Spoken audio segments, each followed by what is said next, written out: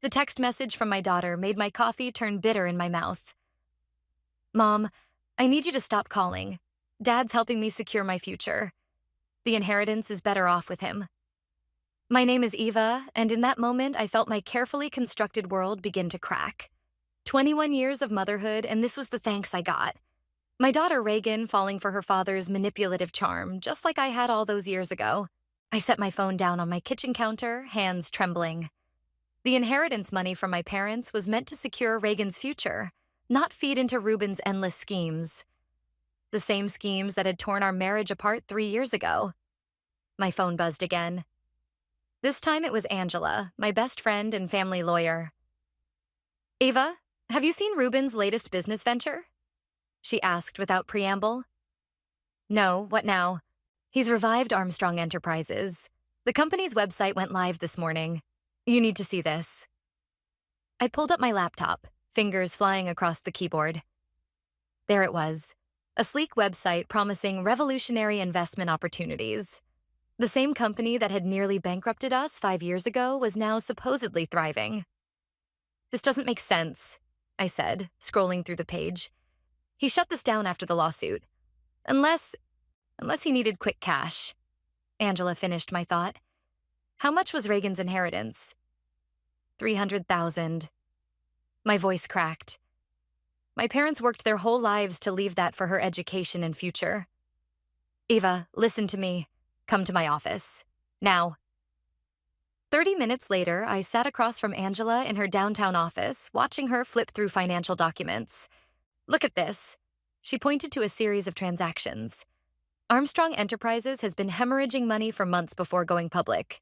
These numbers don't add up. He's desperate, I realized. The charming facade, the sudden interest in Reagan's life, the business revival. He's drowning in debt. My phone lit up with a text from my brother Evan. Sis, just ran into Ruben at the country club. He was with Bo Dixon. Remember him? Bo Dixon. The name hit me like a punch to the gut. He was Ruben's former business partner, the one who'd walked away right before everything collapsed the first time. Angela. I looked up at my friend. Determination replacing the shock. I need everything you can find on Armstrong Enterprises' current assets. Every transaction, every partner, every detail. What are you thinking? I'm thinking it's time to beat Ruben at his own game. He's always been good at making people see what they want to see. But this time, I'm going to make him see what I want him to see. I called Evan back immediately.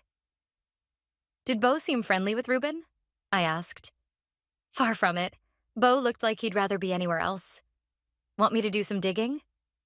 Please. And Evan? Don't let Ruben know you're involved. That evening, I sat in my home office, staring at old photos of Reagan's graduation from high school. Her bright smile, Ruben's arm around her shoulders, my proud tears. 3 years ago, we still looked like a family. My phone buzzed with an email notification. Angela had sent over the preliminary findings on Armstrong Enterprises. As I scrolled through the documents, something caught my eye. A small subsidiary company registered in Bo Dixon's name, seemingly forgotten in the previous bankruptcy. I dialed Angela's number. I found our way in, I said without greeting. Remember that small tech startup Ruben and Bo invested in before everything fell apart? It's still active, and Bo's the majority shareholder.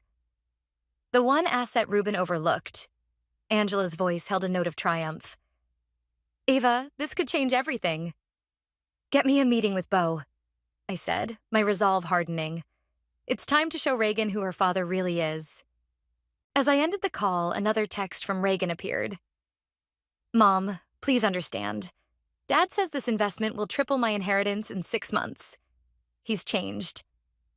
I touched the screen, tracing the words of my daughter's message. Oh, honey. I whispered to the empty room. He hasn't changed at all. But I have. The setting sun cast long shadows across my office floor as I began to plan. Ruben had always underestimated me, dismissed me as the bitter ex-wife who couldn't let go. He forgot that I'd watched him build and destroy businesses for 20 years. I knew his playbook by heart. This time, I wouldn't just watch. This time, I would protect my daughter's future, even if she couldn't see the danger herself. Sometimes love means fighting battles your children don't even know are being fought. I opened my laptop and began to type, Dear Bo, we need to talk about Reuben Armstrong. Bo agreed to meet me at a small coffee shop on the outskirts of town, far from Reuben's usual haunts. I arrived early, watching him through the window as he pulled up in his Tesla, successful but subtle, exactly as I remembered him. Ava. He nodded, sliding into the booth across from me. I wondered how long it would take you to reach out. You knew? He stirred his coffee slowly, deliberately. When Reuben started showing up at the club again, throwing around big promises about Armstrong Enterprises, I knew it was only a matter of time before someone started asking questions. And what would you tell them? I leaned forward, studying his face. I'd tell them to look into the Meditech subsidiary. He pulled out his phone, showing me a series of documents. The one asset Reuben conveniently forgot during the bankruptcy. It's worth 7 figures now. My hands trembled as I scrolled through the financial statements. And Reagan's inheritance? Is probably already gone, Bo said quietly. But this could get it back. The bell above the coffee shop door chimed, and I quickly handed back his phone. My brother Evan walked in, right on schedule. Sorry I'm late, he said, sliding in next to me. Traffic was brutal. Bo's eyebrows raised slightly. The Montgomery siblings together again. Reuben won't like this. Reuben doesn't need to know, I said firmly. Not yet. Angela called while we were still talking strategy. I put her on speaker. Ava, I've been reviewing those transactions. Her voice crackled through the phone. There's something else. The timing of Reagan's inheritance transfer coincides perfectly with a major payment made to an offshore account. Bo nodded grimly. He's moving money around, trying to stay ahead of his creditors. Classic Reuben. Can we prove it? Evan asked. With the right documentation, yes, Angela replied. But we need access to Armstrong Enterprises' current financial records. I looked at Bo. Could you help with that? He hesitated, then pulled out a business card. There's someone you should talk to. My contact at the SEC. They've been watching Reuben's activities for months. My phone buzzed with a text from Reagan. Dad's taking me to dinner tonight to discuss investment strategies. Wish you could be happy for me. I showed the message to Evan, who squeezed my hand under the table. We need to move fast, I said. Before he burns through all of it, I'll set up a meeting with my SEC contact. Bo stood up. But Eva, be careful. Reuben's more desperate than you know. After Bo left, Evan and I headed to Angela's office. She was waiting with stacks of documents spread across her desk. Look at this. She pointed to a highlighted section. These signatures? They don't match Reagan's usual signature pattern. My heart stopped. Are you saying he forged them? Not exactly, but there's enough inconsistency to raise questions about duress or manipulation. Evan paced the office. We need more. Something concrete that Reagan can't ignore. What about Caitlin? I suggested. Reagan's roommate? She sees things we don't. Angela nodded. Good thinking. We need eyes and ears close to Reagan. I dialed Caitlin's number, praying she'd pick up. On the 3rd ring, she answered, Mrs. Montgomery? I was just about to call you. Reagan's been acting strange lately, ever since her dad started showing up at campus. Strange how? Stressed, distracted. She missed 2 important study sessions this week, and... She lowered her voice. I saw her crying in our room yesterday, looking at bank statements. My maternal instinct flared. Caitlin, I need your help. Can you keep an eye on her? Let me know if anything seems off. Of course. Actually, Mr. Armstrong is supposed to come to campus tomorrow for lunch. Something about meeting with financial advisors. I exchanged looks with Angela and Evan. Tomorrow could be our chance. Thank you, Caitlin. You're a good friend. After ending the call, I turned to Angela. How quickly can you get those documents to your SEC contact? First thing tomorrow. But Eva, we need to be strategic about this. One wrong move and Reuben could disappear with everything. He already took my marriage and my daughter's trust, I said, my voice hard. He's not taking her future, too. Evan put his hand on my shoulder. We'll get it back, sis. All of it. As we left Angela's office, my phone lit up with another text from Reagan. Dad says I should be grateful he's managing my inheritance. Says you never understood business like he does. I typed back, I love you, sweetheart. Always will. Then I turned to Evan and Angela. Tomorrow we start pushing back. Hard. The university campus buzzed with activity as I parked my car. Caitlin had texted me the location of Reagan's favorite coffee spot where she and Ruben would be meeting. I wasn't planning to confront them, not yet. But I needed to see their interaction for myself. They just arrived, Caitlin texted. He's showing her something on his laptop. I found a spot at an outdoor table hidden behind a large planter, close enough to hear their conversation. Ruben's voice carried across the patio, smooth as ever. See these projections, sweetheart? By next quarter, your investment could double. Reagan leaned forward, frowning at the screen. But Dad, these numbers, they seem too good to be true. Trust me, Princess. Would I ever steer you wrong? My phone vibrated. Angela calling. Ava? She whispered. The SEC just confirmed what we suspected. The offshore accounts? They're empty.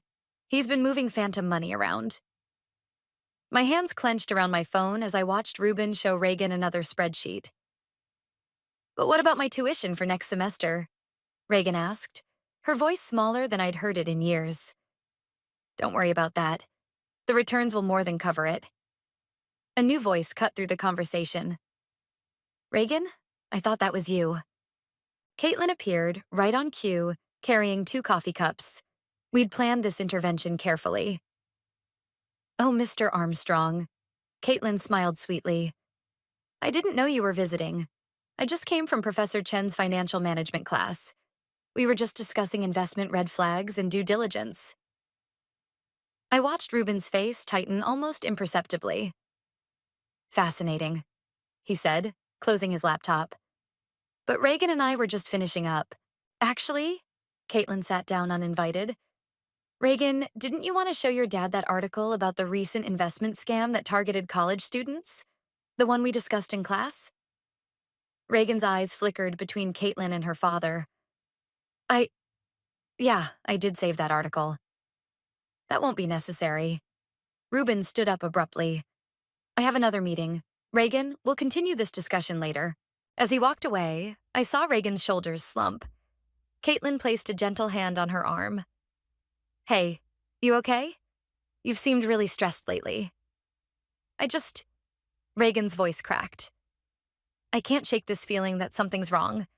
Dad's promises sound amazing, but they don't add up? Caitlin suggested softly. My phone buzzed again. This time a text from Evan.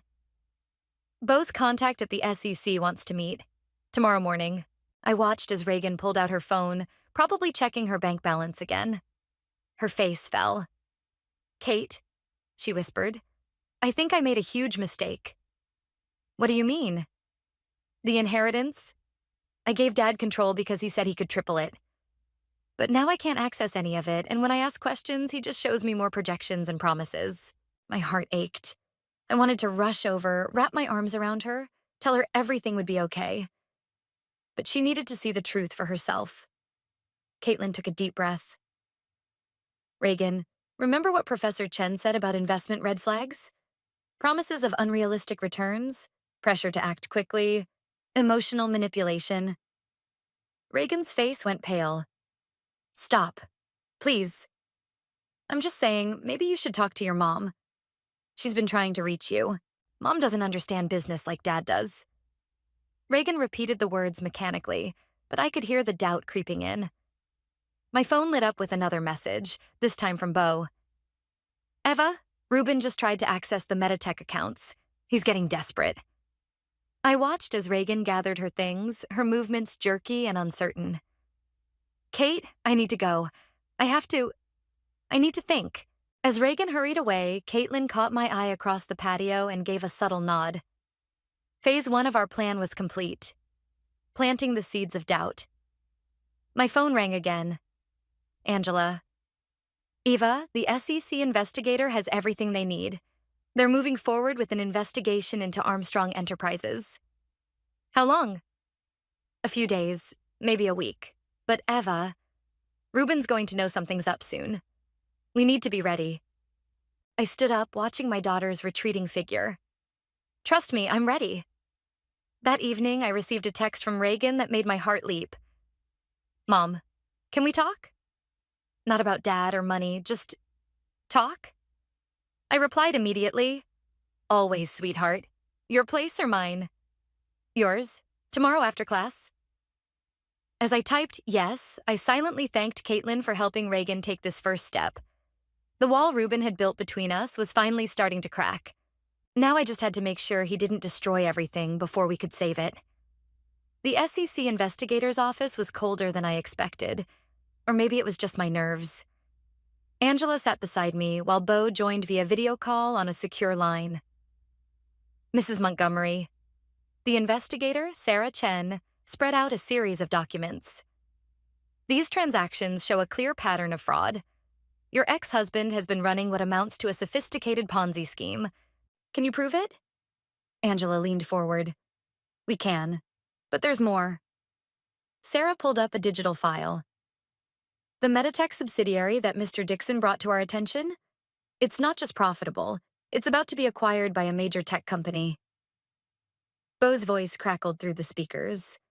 Ruben doesn't know about the acquisition offer. I've kept it quiet. How much? I asked. $8 million, Sarah replied. And since the original ownership structure was never properly dissolved during the bankruptcy, your daughter's inheritance gives her a legitimate claim to a significant portion. My phone buzzed. Reagan was on her way to my house. I needed to wrap this up. What do we need to do next? We'll freeze the offshore accounts today, Sarah said. But we need to move quickly.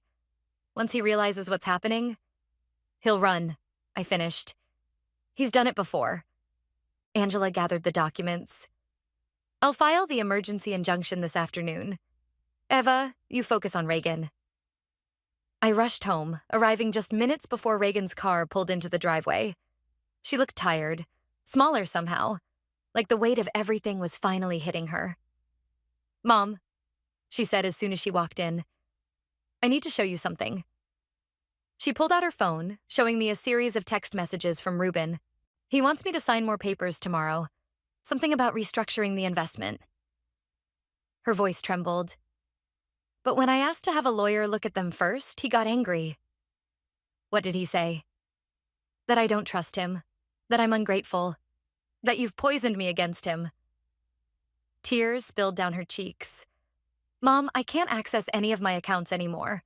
The tuition payment for next semester is due next week, and My phone rang. Evan. Sis, Ruben just showed up at my office. He's looking for emergency capital. He seems desperate. Stall him, I said, then turned back to Reagan. Honey, there's something you need to see. I pulled up the SEC documents on my laptop, showing her the evidence we'd gathered. Her face went from confusion to shock to anger as she scrolled through the files. This can't be. Dad wouldn't. Reagan, look at the dates, the timing of the transfers. Your inheritance wasn't invested. It was used to pay off his debts. Her phone buzzed again, another text from Ruben. Princess, need you to sign those papers first thing tomorrow. Very time-sensitive opportunity. Reagan's hands shook as she set down her phone. All those projections he showed me, they were fake? Yes, but... My phone interrupted with a call from Angela. Ava, the injunction is in place. All accounts associated with Armstrong Enterprises are frozen. Reagan overheard and looked up sharply. What accounts? What injunction? Just then, both our phones exploded with messages from Ruben. To Reagan. Call me immediately. Don't listen to your mother's lies. To me. You vindictive bitch, you'll regret this. Mom? Reagan's voice was small. What's happening? I took her hands in mine. We're taking back your future. But I need you to be strong because this is going to get worse before it gets better. Her phone kept buzzing with messages from Ruben, each one more desperate than the last. She finally turned it off. The Meditech shares, she said slowly. The ones he made me sign over, they were worth something, weren't they? They're worth everything, honey, and we're going to get them back. Angela called again. Ava, Ruben's lawyer just reached out. They want to negotiate. No negotiations, I said firmly, watching Reagan's face set with determination. We do this by the book. After I hung up, Reagan stood up and walked to the window, staring out at the darkening sky. I have to see him, she said. One last time. I need to hear him explain himself. Are you sure? She turned back to me and I saw something new in her eyes. A strength I recognized from my own mirror. Yes, but not alone. Will you come with me? My phone lit up with a message from Beau. Ruben's at the country club. He's making a scene. I showed Reagan the message. Ready? She squared her shoulders. Ready. As we drove to the club, I realized this wasn't just about money anymore. This was about a daughter finally seeing her father for who he really was and choosing truth over comfortable lies. Sometimes the hardest battles are the ones we fight against our own illusions. The country club's parking lot was nearly empty when we arrived. Through the large windows, we could see Ruben at the bar, his usual polished appearance noticeably disheveled. Wait. Reagan grabbed my arm before we entered. What if he... I'm right here. I squeezed her hand. We do this together. As we walked in, Beau emerged from a corner table, giving us a subtle nod. He'd stayed to make sure Ruben didn't leave before we arrived. Reagan. Ruben's face lit up when he saw her, then darkened when he noticed me. What is she doing here? We need to talk, Dad. Reagan's voice wavered but held firm. About the inheritance, about everything. Princess, whatever your mother's told you. Show me the accounts, Reagan interrupted. Right now. Show me where my money is. Ruben's charm flickered like a faulty light. The investments are complicated, sweetheart. You wouldn't understand the... Try me. Reagan pulled out her phone.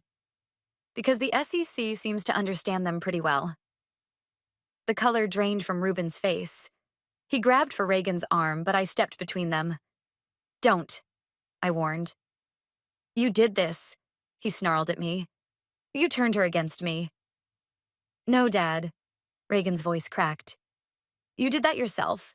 The fake projections, the empty accounts, using my inheritance to pay off your gambling debts. I was protecting your future. He slammed his hand on the bar, making glasses rattle. Everything I did was for you. Like using my signature to transfer the Meditech shares? Reagan's words hit him like physical blows. Did you think no one would notice? Ruben's eyes darted between us, his mask crumbling. Who told you about Meditech? Beau did, I said quietly. He never signed over his shares, did he? And now with the acquisition offer? Acquisition? Ruben's head snapped up. What acquisition? The desperation in his voice confirmed everything. He hadn't known. 8 million, Dad. Reagan's tears flowed freely now. That's what Meditech is worth.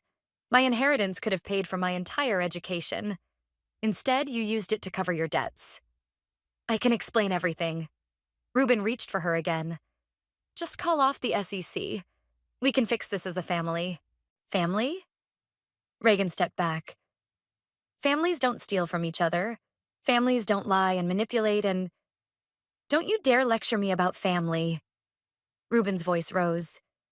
Your mother poisoned you against me from the start. That's enough. Beau's voice cut through the tension as he approached. Ruben, it's over. The accounts are frozen. The SEC has everything. Ruben's face contorted. You betrayed me too? After everything we built together?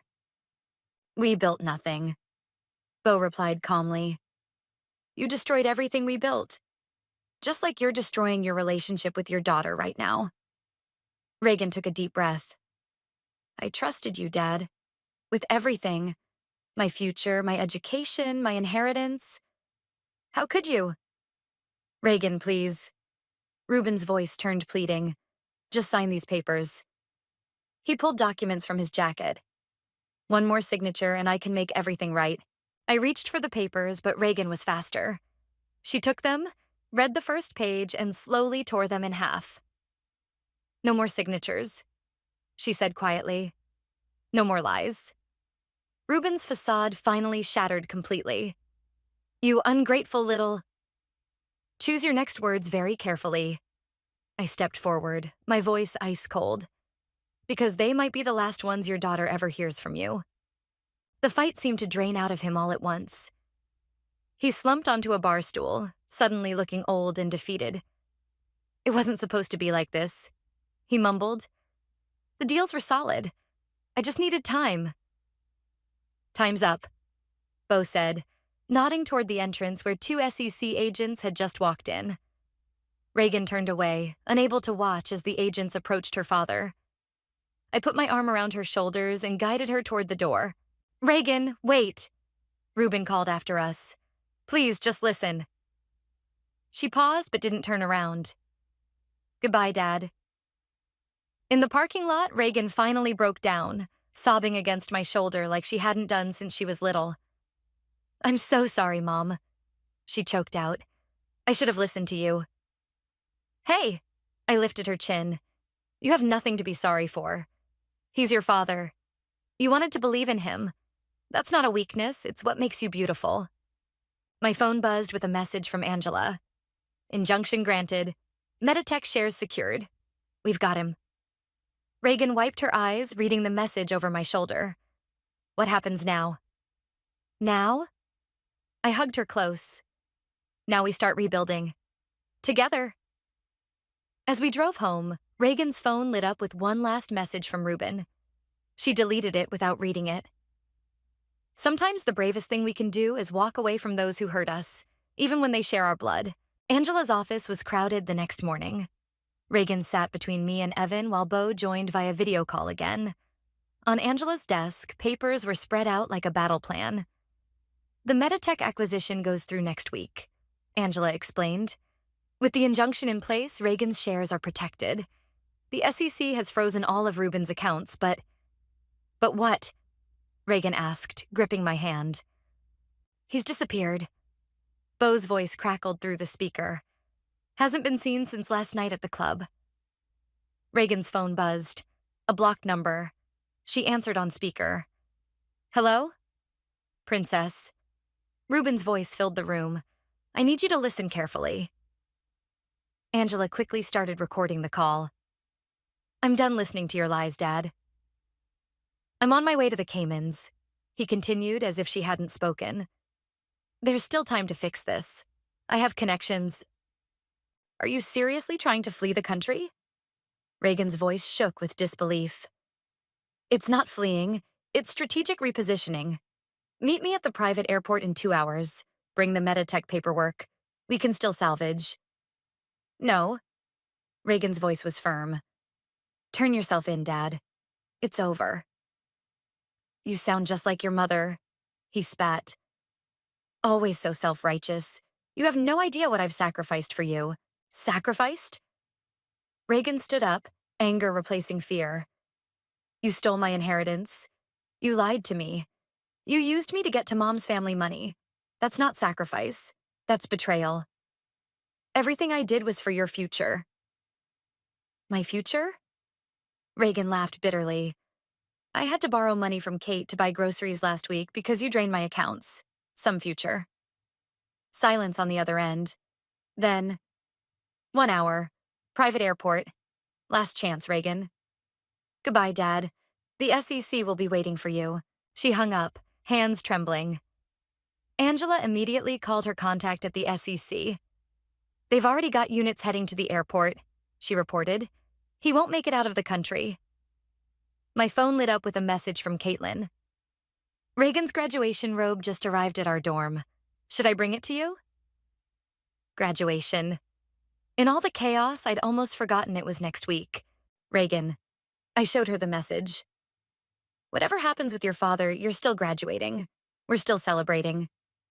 She managed a small smile. If I can still afford to graduate, the tuition is taken care of, Bo interrupted. The Meditech shares are worth more than enough. And Eva, there's something else you both should know. He sent a document to Angela's printer. She handed it to Reagan. What is this? Reagan scanned the paper, her eyes widening. Your grandfather, my father, left you additional shares in his will. Beau explained. Reuben never knew about them. They're worth another $2 million with the acquisition. Reagan's hands shook as she read. All this time, your grandfather knew Reuben's type, Beau said softly. He set this up as a safety net just in case. Evan squeezed Reagan's shoulder. Smart man, your grandfather. Angela's phone rang. The SEC. They've got him, she announced after a brief conversation. Caught him trying to board a private plane. He's in custody. Reagan let out a breath she seemed to have been holding for months. Is it really over? Almost, Angela said. There's still paperwork, court dates, testimony. But the hard part? I hugged my daughter close. That's over. Later that evening, Reagan and I sat on my back porch, sharing a pizza like we used to before everything fell apart. Mom, she said quietly. How did you know? When you were married to Dad, how did you know when to walk away? I thought carefully before answering. When the pain of staying became greater than the fear of leaving. She nodded, picking at her pizza. I keep thinking about all the signs I missed. All the times I defended him to you. Hey, I turned to face her. You saw the best in him because that's who you are. Don't ever apologize for having a heart that wants to believe in people, even when they don't deserve it. Especially then, because now you know the difference between trust that's earned and trust that's manipulated. Her phone buzzed. Caitlin again. Graduation rehearsal tomorrow at 10, don't be late. P.S. Your mom's invited to the pre-ceremony breakfast. Reagan showed me the message. Will you come? Try and stop me. As the sun set, casting long shadows across the yard, Reagan leaned her head on my shoulder like she used to when she was little. Mom, thank you for fighting for me even when I pushed you away. I kissed the top of her head, my heart full.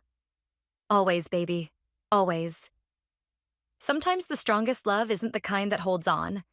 It's the kind that knows when to fight, when to wait, and when to trust that truth will finally find its way home.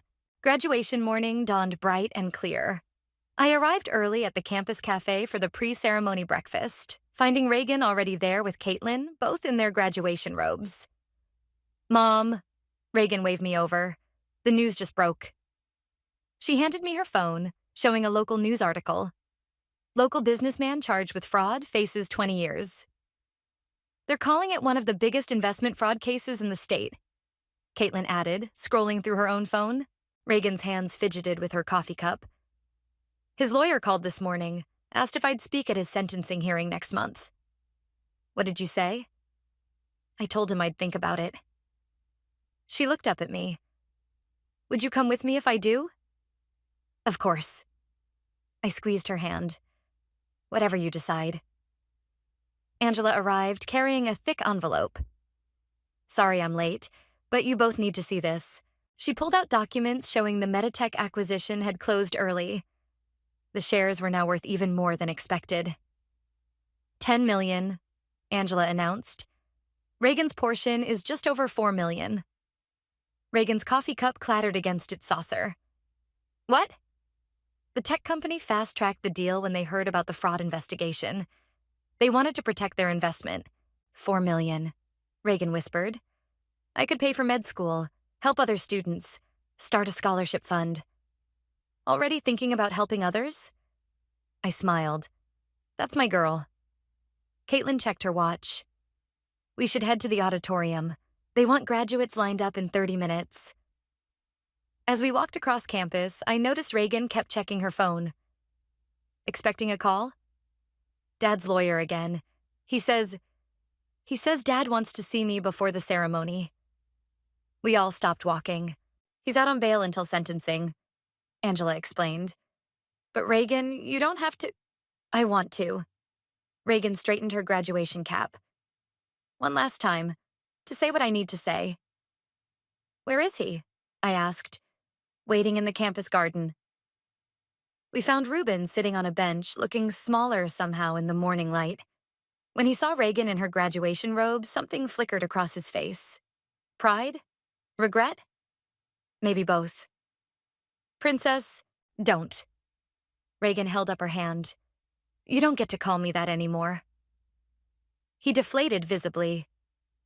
Reagan then, I just wanted to say, no, Dad. For once, you're going to listen. Reagan's voice was steady. I used to think you hung the moon. Every broken promise, every manipulation, I made excuses for all of it. But now I see you clearly. Everything I did was for yourself. She cut him off. Not for me. Never for me. Ruben stood up, reaching for her hand, but she stepped back. The funny thing is, Reagan continued, you actually gave me something valuable in the end. You taught me what real love looks like. It looks like Mom fighting for me even when I couldn't see the truth. It looks like Uncle Evan and Uncle Bo protecting what Grandpa left for my future. It looks like Caitlin and Angela standing by us through everything. Tears rolled down Ruben's cheeks. Reagan, please, I forgive you, she said quietly. Not for you, but for me, because I don't want to carry this anger anymore. But forgiveness doesn't mean forgetting or trusting you again. You're my daughter, and you're my father, but that's not a blank check to keep hurting me. She straightened her graduation gown. Goodbye, Dad. I hope you find whatever it is you're looking for. As she turned to walk away, Ruben called after her. Will you at least save me a seat at the ceremony? Reagan paused but didn't turn around. No, those seats are for people who helped me get here. You're not one of them. We walked away, leaving him on the bench. Angela squeezed my arm before heading to find her seat in the auditorium. You okay? I asked Reagan as we approached the lineup area.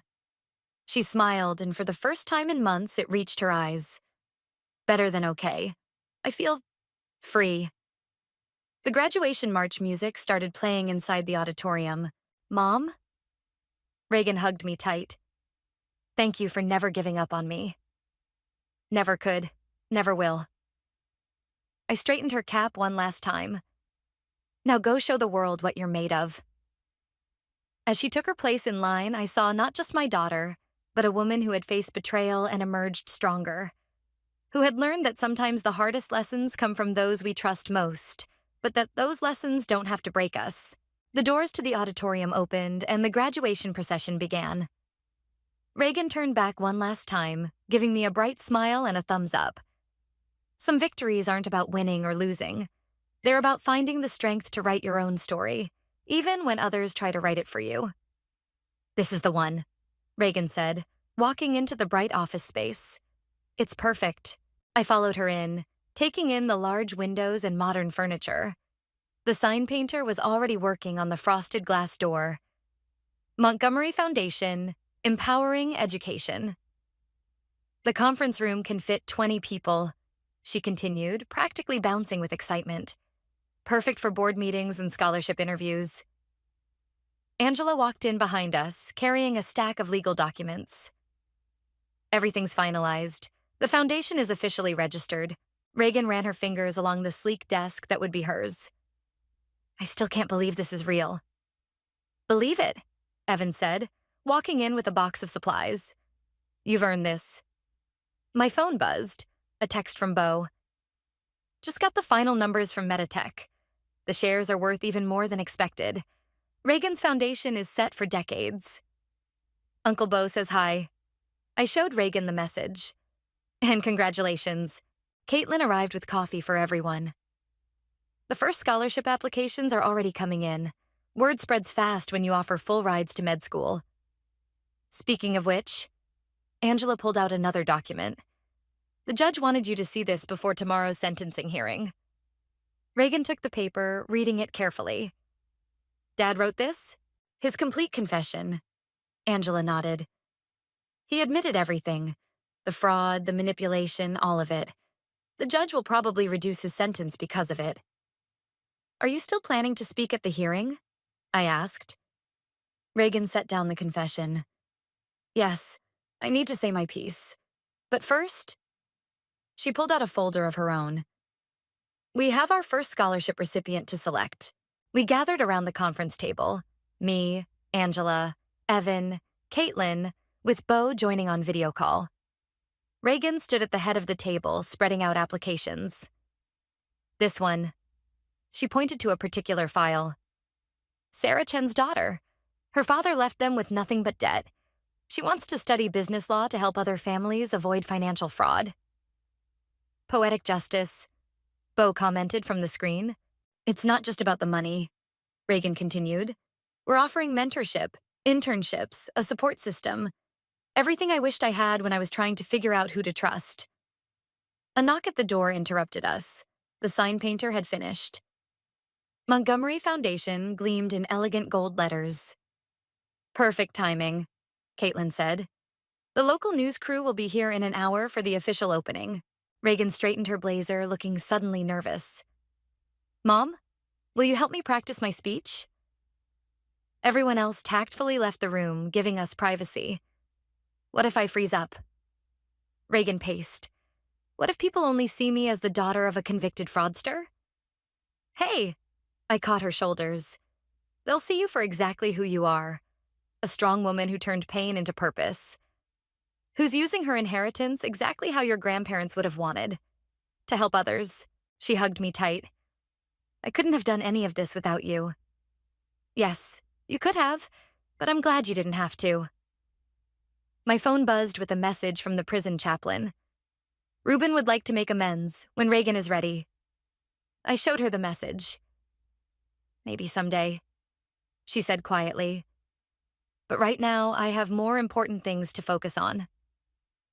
The news crew arrived early. As they set up their cameras, Reagan stood at her desk, smoothing down her blazer one last time. Ready? I asked. She picked up the first scholarship award letter, the one for Sarah Chen's daughter. Ready. The cameras started rolling and Reagan began to speak, her voice clear and confident. The Montgomery Foundation was born from a simple truth, that trust once broken can be rebuilt into something stronger. Our mission is to help students who have faced financial hardship or betrayal to not just survive, but thrive. I watched my daughter shine in front of those cameras, turning her story of betrayal into a beacon of hope for others. This wasn't just an ending, it was a beginning. Not just for Reagan, but for every student who would walk through these doors seeking help. The foundation would be her legacy, not her father's betrayal. Her story would be one of rebuilding, not breaking.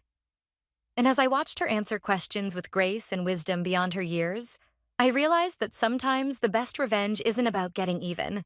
It's about getting better. Last question, the reporter said. What would you say to others who have faced similar betrayals? Reagan caught my eye before answering. I'd tell them that your story doesn't end with the betrayal. It begins with what you choose to build from the ashes. Sometimes the strongest foundations are built on the ruins of what we thought would break us. And sometimes the best way to heal a broken trust is to become someone others can trust in turn.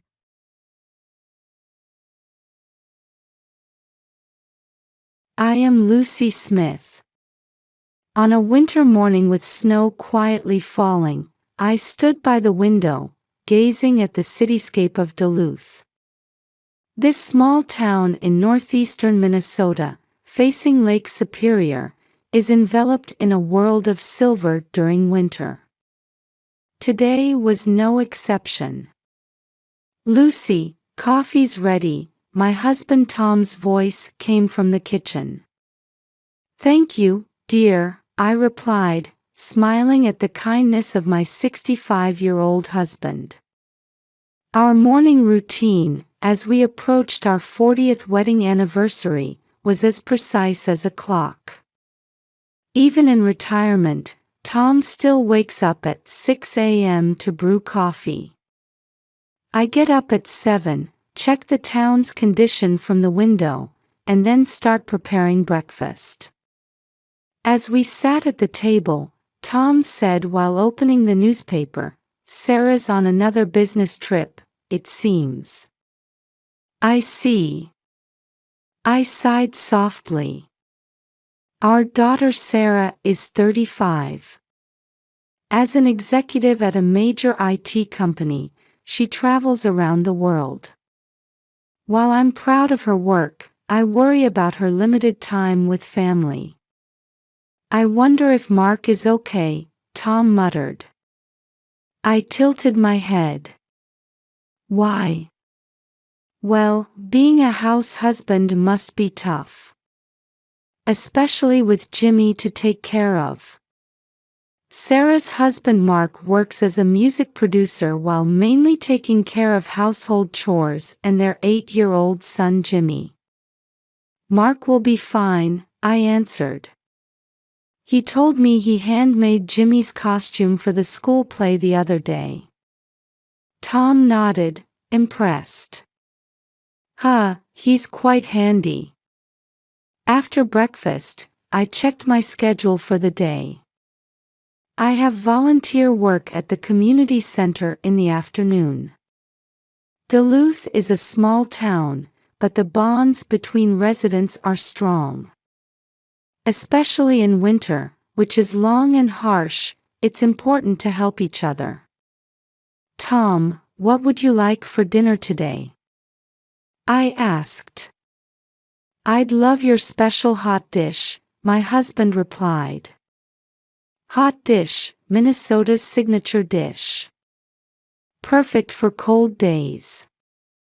While checking the ingredients, I decided to stop by Cub Foods supermarket. On my way back from the community center in the afternoon, my cell phone rang.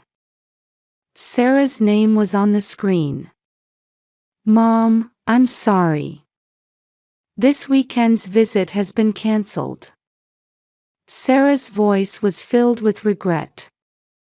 It can't be helped. Work is important, I said, feeling a small disappointment in my heart. After hanging up, snow had started falling again. The wind blowing from Lake Superior stings my cheeks. As soon as I got home, I lit the fireplace. While preparing dinner, I was thinking about Sarah's family. My busy daughter, house husband, son-in-law, and adorable grandson. Even though we live apart, I believe our family bond is strong. Tom came out of his study and said, "Smells delicious." "It'll be ready soon," I replied, looking out the window. The snow was intensifying. Little did I know then that these peaceful days would soon be greatly shaken. Just after midnight, I woke up to the sound of loud knocking. "Lucy, did something happen?" Tom sat up beside me. Looking at the clock, it was past 1 a.m. Another knock, weaker this time. Who could it be? Putting on a robe over my nightgown, I went downstairs. It was a blizzard outside. Who on earth at this hour? The moment I opened the door, I gasped. Jimmy. There stood my grandson Jimmy. Snow had piled up on his small 8-year-old body, and his face was red from the cold. And on his back, a baby. "Grandma." Jimmy's voice was trembling. "Please help this baby. Its life is in danger." "Oh my, how terrible. Come in right away." As I pulled Jimmy into the house, I was worried about the baby's condition. Its eyes were barely open and unfocused, and its breathing was shallow. "Tom. Come down quickly." Tom, who came running down the stairs, seemed to understand the situation at a glance. "Lucy, bring some blankets." "Jimmy, are you all right?" Jimmy answered with trembling lips, "I'm okay, but this baby." I hurried to bring blankets and gently wrapped the baby. Its body was cold. Jimmy, Who is this baby? Why are you? Questions kept coming up, but the baby's life was the priority now. Tom, we need to go to the hospital. My husband was already reaching for the phone. I'll call an ambulance. No, it'll take too long in this blizzard. Let's go by car. Tom hesitated for a moment but then nodded. All right. I'll get the car ready. While warming Jimmy's frozen body, I said, Jimmy, you did well. It's going to be okay now. He nodded with tears in his eyes. A few minutes later, we were in Tom's SUV. In the back seat, I held the baby while Jimmy cuddled up to me. We're heading to Essentia Health St. Mary's Medical Center. Tom's voice was tense. Outside the window was a snowstorm. Visibility was poor, and the roads were slippery. But Tom's driving was careful yet swift. Lucy, how's the baby? Its breathing is weak. We need to hurry. Jimmy said in a small voice, Grandma. I'm scared. It's okay, Jimmy. You were very brave. You saved this baby's life. When we arrived at the hospital, the medical staff responded quickly. It's a girl, about 3 months old. Her body temperature is extremely low. I could hear the nurse's voice. The baby was immediately taken to the treatment room. In the waiting room, I hugged Jimmy. Now, tell me. What happened? Jimmy answered with a face about to cry, Dad. Dad said, go to Grandma's house. Mark did. But why? At that point, the doctor appeared, interrupting our conversation. The baby's condition has stabilized. However, the doctor's expression clouded. Is there a problem? Tom asked. Yes. From the baby's symptoms, there's a possibility of a rare genetic disorder. We need more detailed tests, but if we had the parents' medical information. I was confused. But we don't know about this child's parents. The doctor, looking at the baby's chart, said, I see. By the way, do you recognize the distinctive mole behind the baby's left ear? Huh. I took a closer look at the baby's face. Indeed, there was a small mole behind the left ear. And its position. No way. Memories raced through my mind like a flashback. Mark also had a similar mole behind his ear. And the baby's eye color, facial features, everything resembled Mark. Mrs. Smith, do you have any idea? The doctor's voice sounded distant. My mind was in confusion. Could this baby be Mark's? Lucy. Tom's voice brought me back to reality. Well.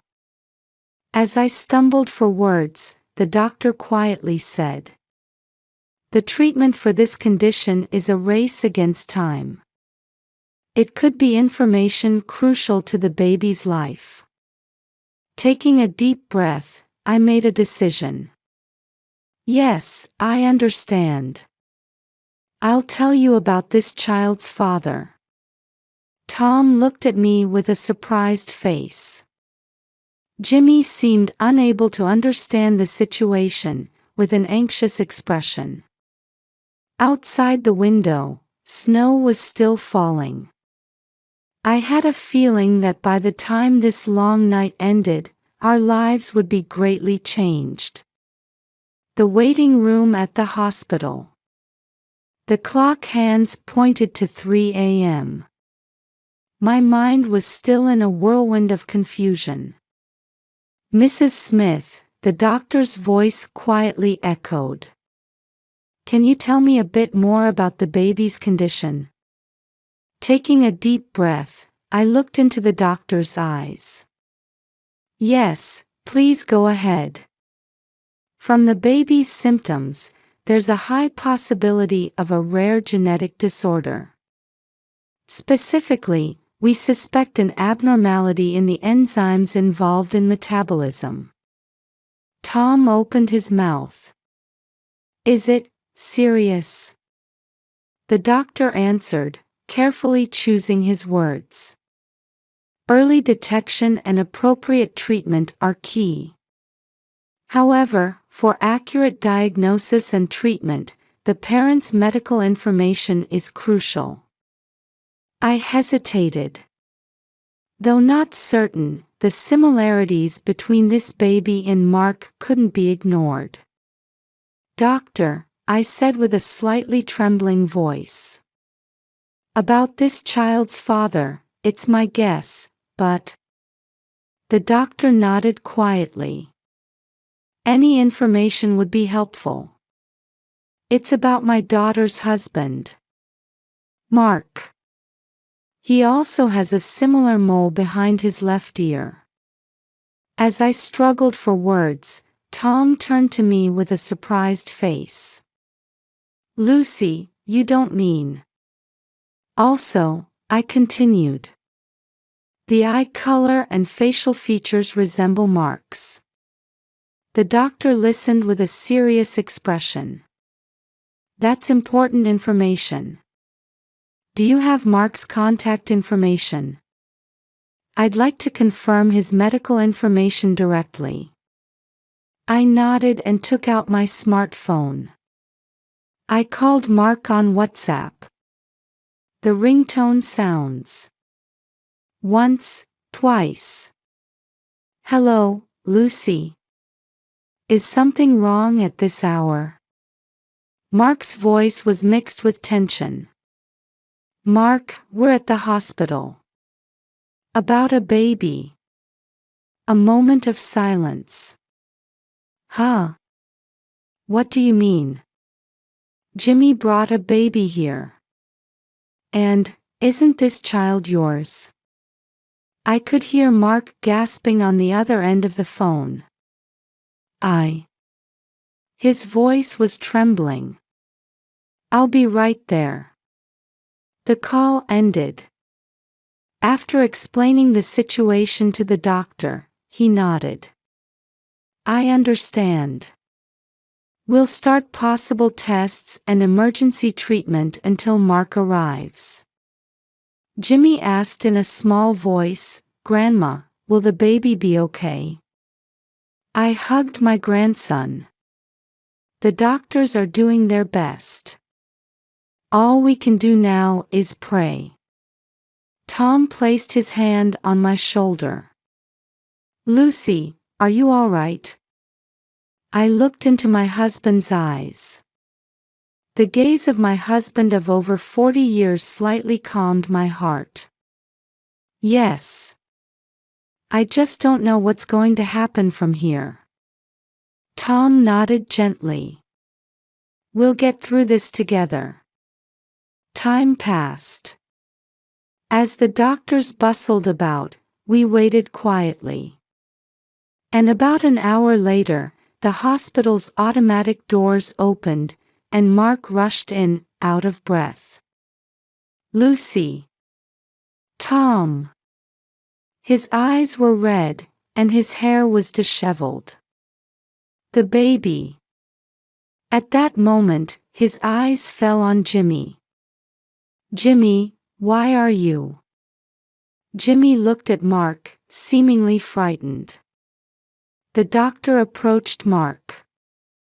Are you Mark? Please come to the examination room immediately. Mark looked at us. His eyes were filled with fear and regret. Lucy, Tom. I'm truly sorry. I'll explain everything. But for now. I nodded quietly. I understand. The baby comes first. Mark was led away by the doctor. Watching his back as he left, I let out a deep sigh. Just a little longer until the truth is revealed. But thinking about the impact this truth would have on our family, my chest tightened. Tom held my hand. No matter what happens, we're family. I leaned against my husband. Outside the window, snow continued to fall quietly. As the morning sun began to shine through the hospital windows, Mark returned from the examination room. His expression was exhausted, but there was also a hint of relief. "How's the baby's condition?" I asked, and Mark nodded slightly. The doctor said it was good that we discovered it early.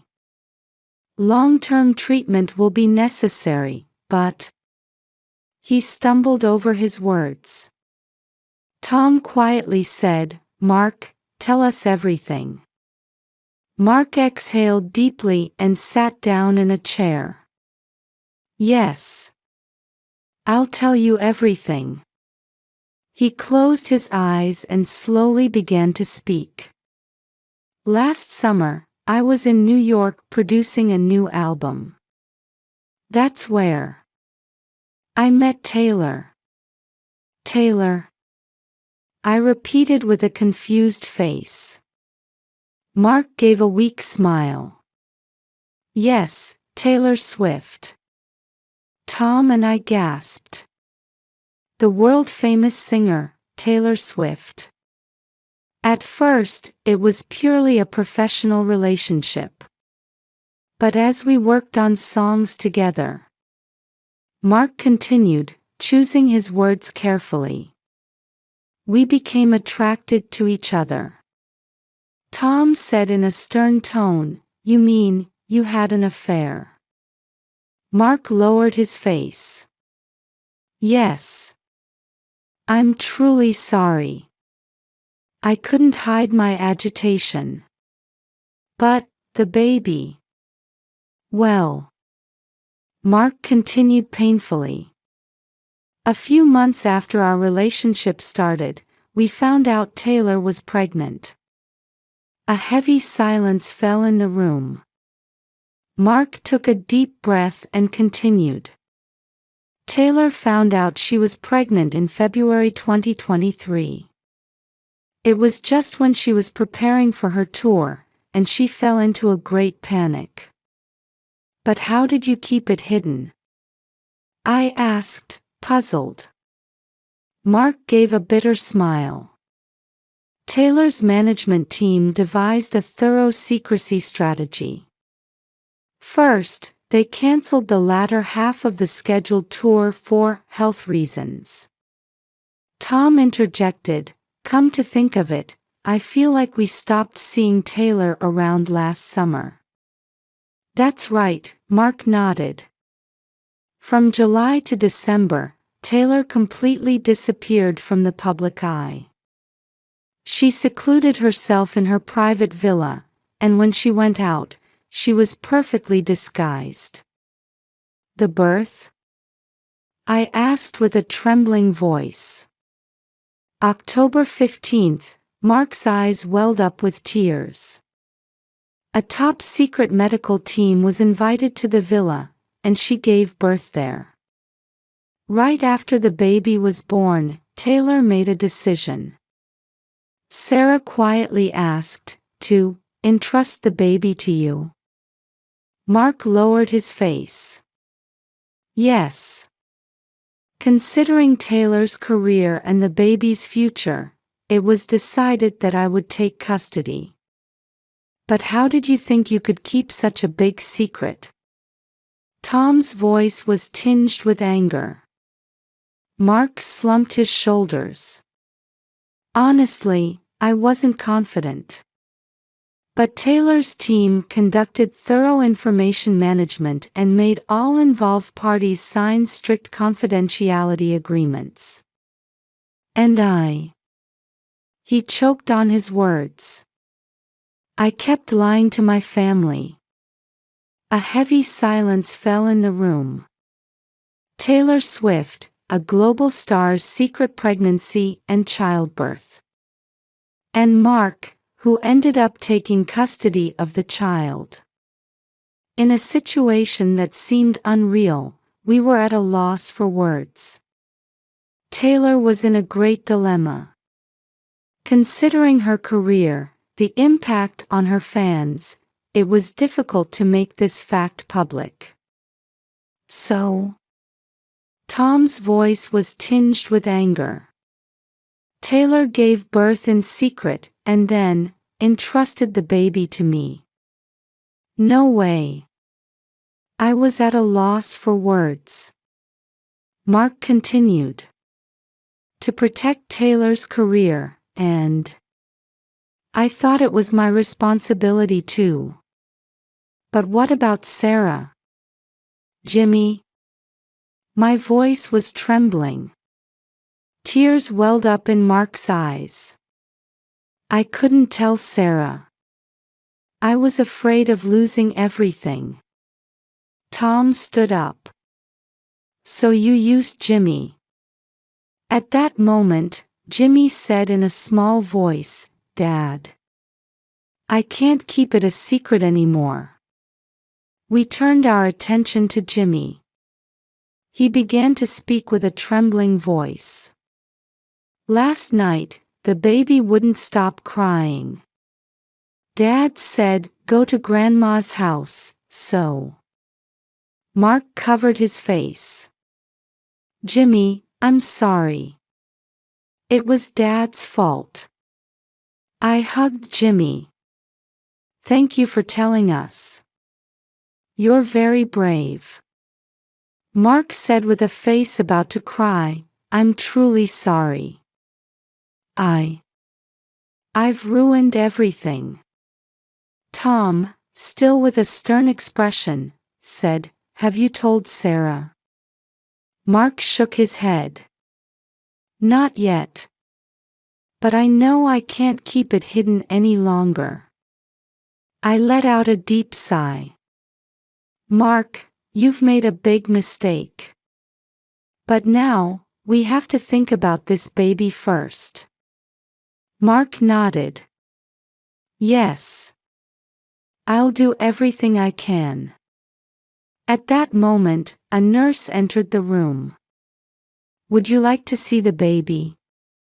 We stood up and headed towards the baby. This small life had greatly changed our lives. We still don't know what will happen from here. But protecting this child, I strongly felt that was the only thing we could do now. As the night at the hospital ended, we returned home, looking exhausted. The baby was still hospitalized, but her condition was stable. Mark stayed at the hospital, and we brought Jimmy home. As soon as we arrived home, the front door opened. There stood Sarah. Mom. Dad. Jimmy. Sarah's voice was mixed with worry and anxiety. What on earth happened? I hugged Sarah.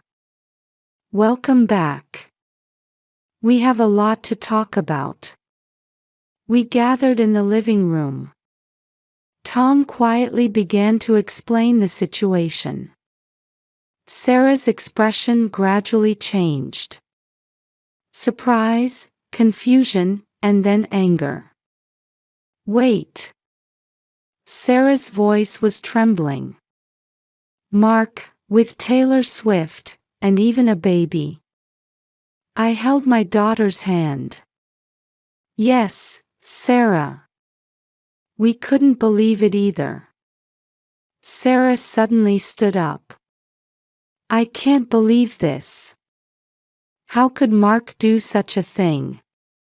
Tears welled up in her eyes. Jimmy said in a small voice, "Mom, don't be angry." Sarah looked at Jimmy as if coming to her senses. "Oh, Jimmy. I'm sorry. Mom's not angry. I'm just shocked." Tom spoke up, "Sarah, indeed Mark has made a big mistake. But we need to stay calm now." "Stay calm." Sarah's voice rose. "How can I stay calm? My husband had an affair with a world-famous star and even has a secret child." I put my hand on Sarah's shoulder. "I understand, Sarah. But now we have to think about the baby." Sarah let out a deep sigh. "The baby, you mean my stepdaughter?" We fell silent. The weight of those words spread throughout the room. Jimmy asked anxiously, "Does this mean I have a little sister?" Sarah hugged Jimmy. "Jimmy. I'm sorry. We've involved you in such a complicated situation." Tom said quietly, "We need to think about what comes next. Our relationship with Mark, the baby's future." Sarah looked up. Her face, wet with tears, now showed a determined expression. "I'll talk to Mark.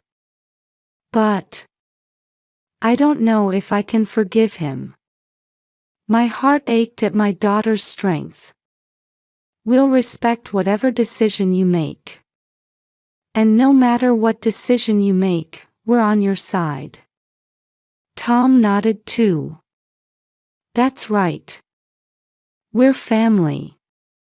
At that moment, Sarah's smartphone rang. She frowned as she looked at the screen. "It's from Mark." Sarah took a deep breath and answered the phone. We watched quietly. Can we overcome this crisis? Our family bonds are being tested. But I believe, with love and understanding, we can overcome any difficulty.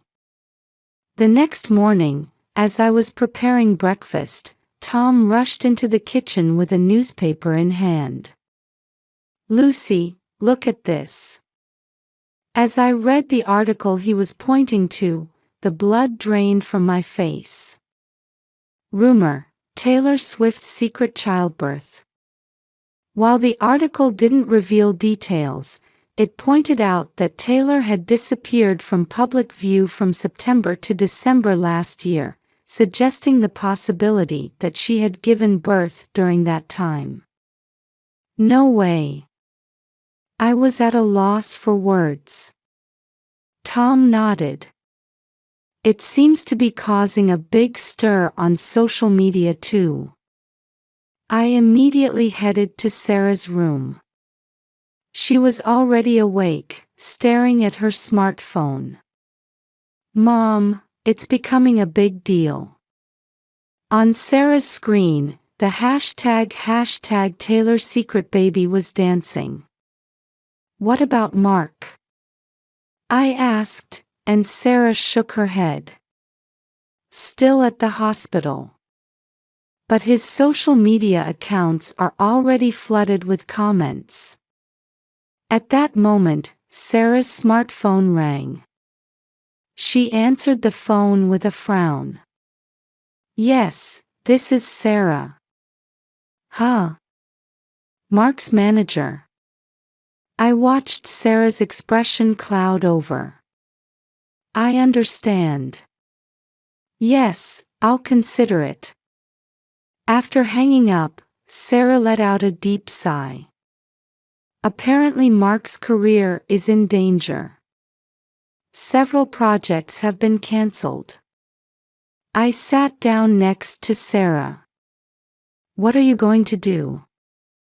She answered hesitantly, "Honestly, I don't know. But We have to protect our family's privacy. From that day on, our lives changed completely. Paparazzi camped out in front of our house, and the phone kept ringing. Sarah had to take time off work, and it became difficult for Jimmy to go to school. Mark was rushing back and forth between the hospital and home, trying to contain the situation. Negotiations with Taylor's side, media responses, and above all, reconciliation with the family. All Tom and I could do was to protect our family until this storm passed. Around the time the media frenzy had settled down a bit, we decided to start family counseling. The Hills Youth and Family Services was a reputable facility with extensive experience in dealing with such complex family issues. The first session was filled with tension. Sarah and Mark sat next to each other, but there was a distance between them. Jimmy was anxiously sitting next to me. Dr. Johnson, the counselor, gently began to speak. "Thank you all for coming here. Let's rebuild your family bonds one step at a time." With each session, we saw small but gradual changes.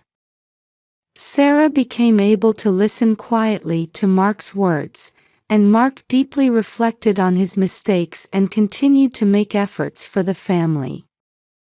I rushed around supporting Sarah and Mark while helping to take care of the baby, who was named Melody. Tom also silently supported the family, especially focusing on Jimmy's emotional care. What surprised us was the community's reaction. At first, we were looked at with curious eyes, but soon a circle of warm support spread. When the pastor of the local First Lutheran Church came to visit us, I was honestly surprised. "Mrs. Smith, I know this is a difficult time. But God is always with you. Everyone at the church is praying for you." The neighbors also began to offer kind words little by little. Some even brought homemade meals.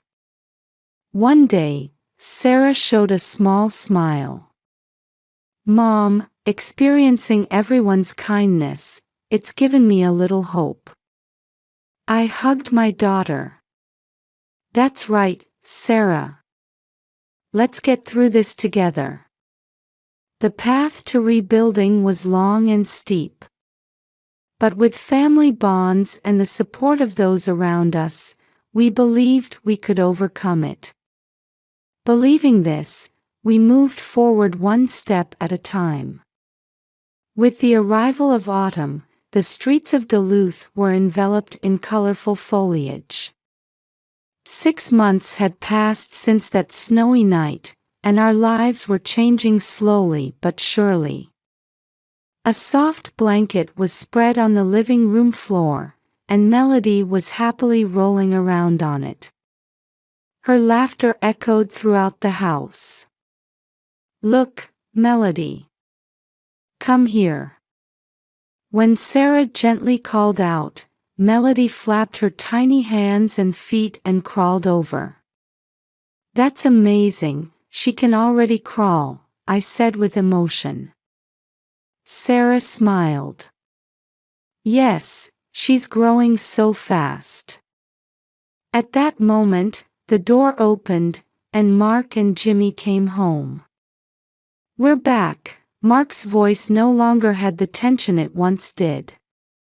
Jimmy rushed over to Melody. "Melody, look. I made this picture at school today." Melody clapped her hands happily upon hearing her brother's voice. I quietly watched this scene. The shape of our family had changed, but new bonds were being formed. Sarah and Mark's relationship was also slowly being repaired. The weekly family counseling sessions became an opportunity to understand and forgive each other. "Lucy," I turned at Tom's voice to see him holding a newspaper. "It's an article about Taylor Swift."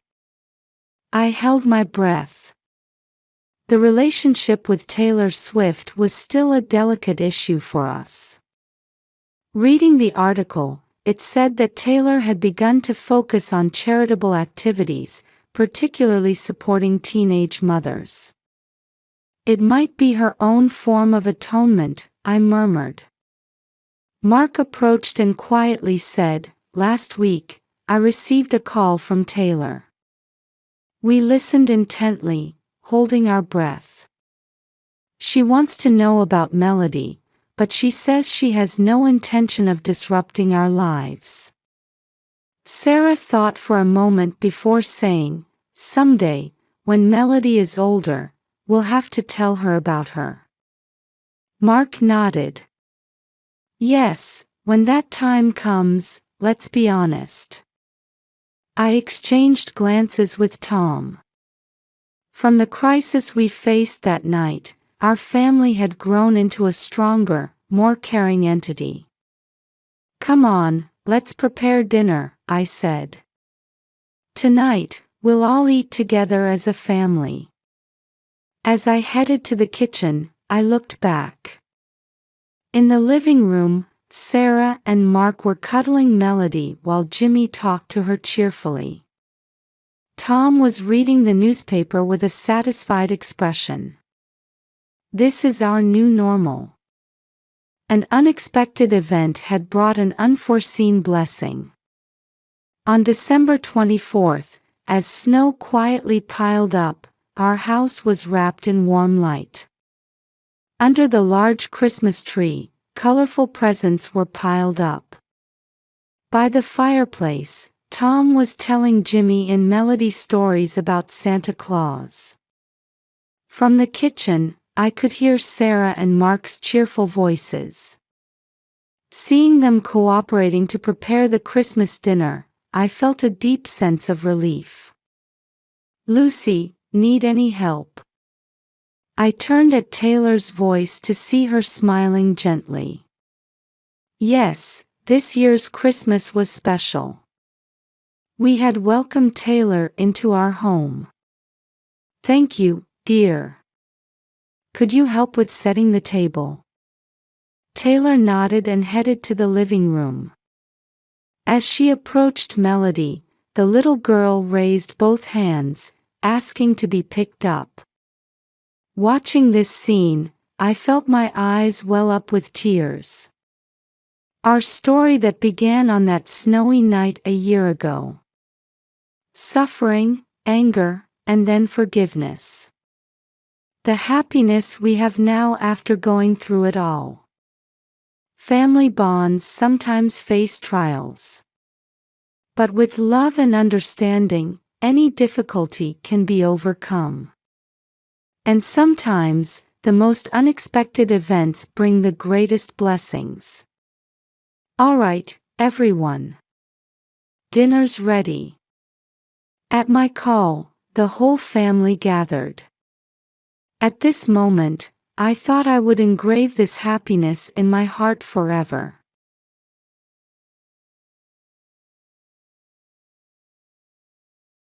I, Barbara Walters, woke up in my Manhattan apartment as the morning sun streamed in. Even at 62, the habits from my days as an ABC News anchor haven't quite left me. As I brew my morning coffee, I gaze out the window at the greenery of Central Park. It's been 2 years since I retired, but I still find myself checking the news every morning. It's Taylor's day today, I smile to myself.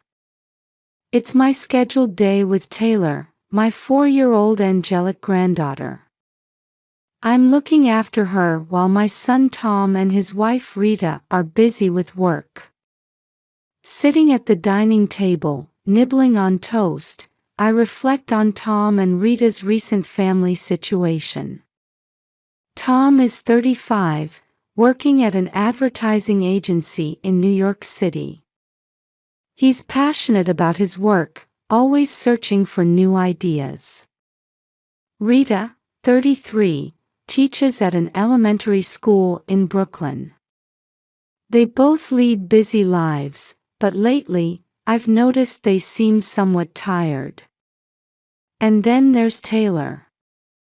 Thinking about her makes my heart clench. Taylor has a mild developmental disability, with speech delays and social issues. She was diagnosed a year ago. Since then, Tom and Rita have been desperately searching for special support and therapy programs. Oh, I wish I could do anything for that child, I sighed deeply. The problem is the cost of support. Much of it isn't covered by insurance, and Tom and Rita are struggling financially. With the recession in the advertising industry, Tom's salary hasn't increased, and Rita's teacher's salary isn't enough. I know they're doing their best to manage, but the truth is, their debts are growing. I've offered financial assistance several times, but Tom has refused.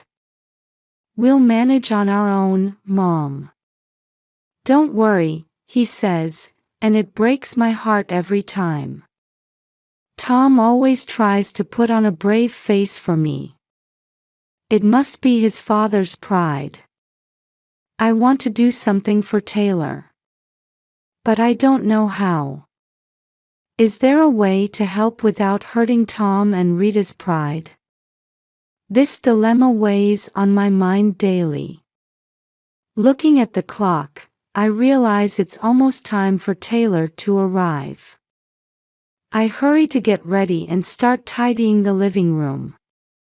I set out Taylor's favorite toys and prepare games to aid her development.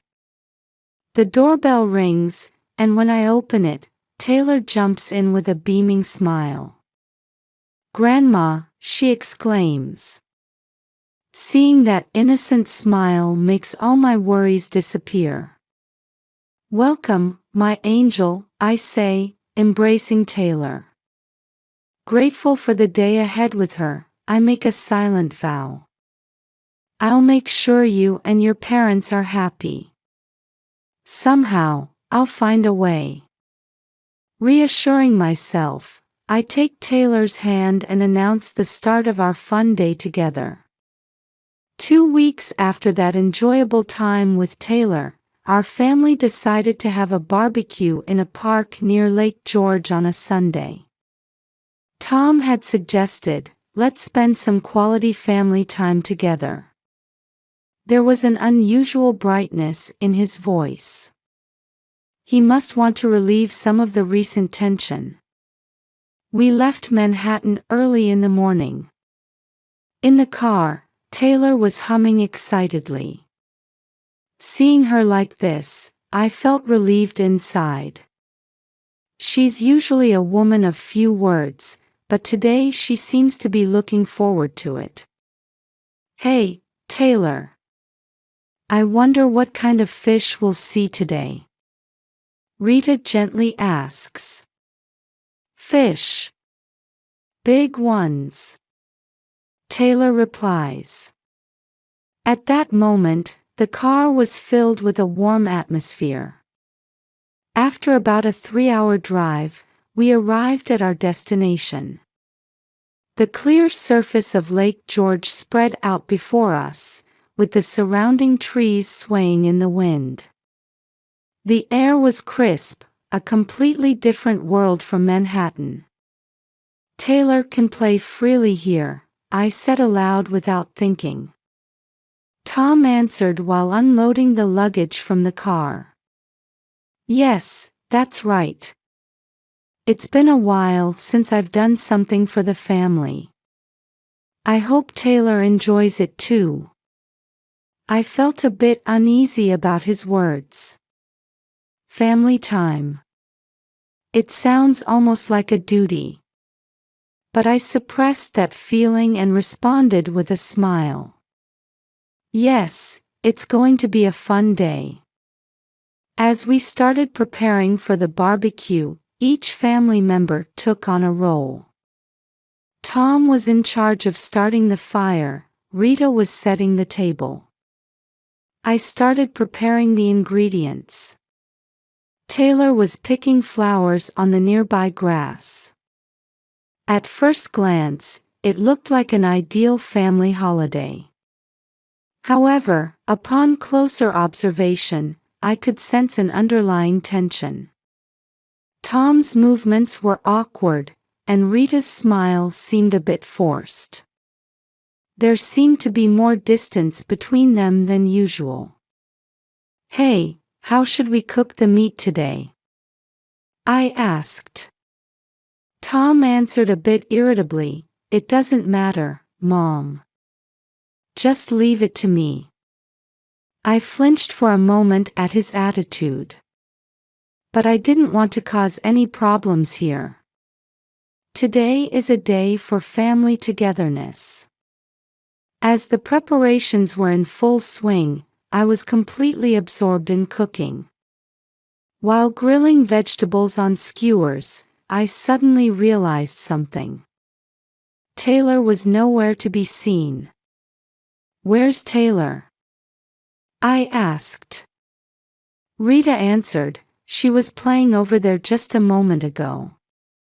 "Tom, did you see her?" Tom shook his head.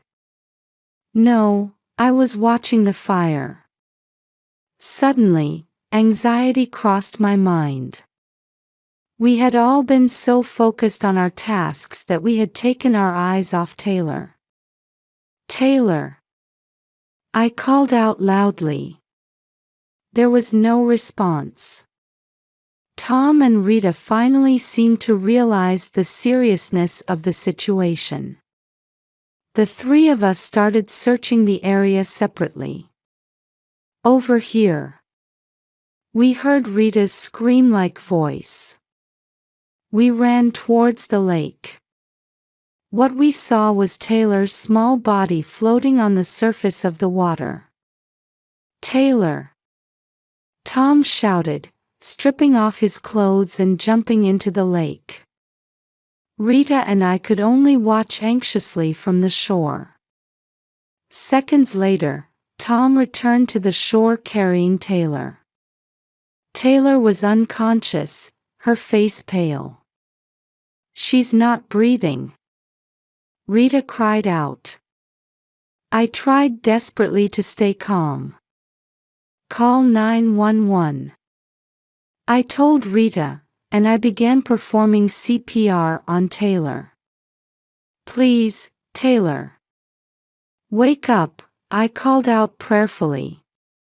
Tom stood there in a daze. Fear and self-blame were visible in his eyes. When we heard the ambulance siren, Taylor coughed faintly. A glimmer of hope. But we were far from being able to relax.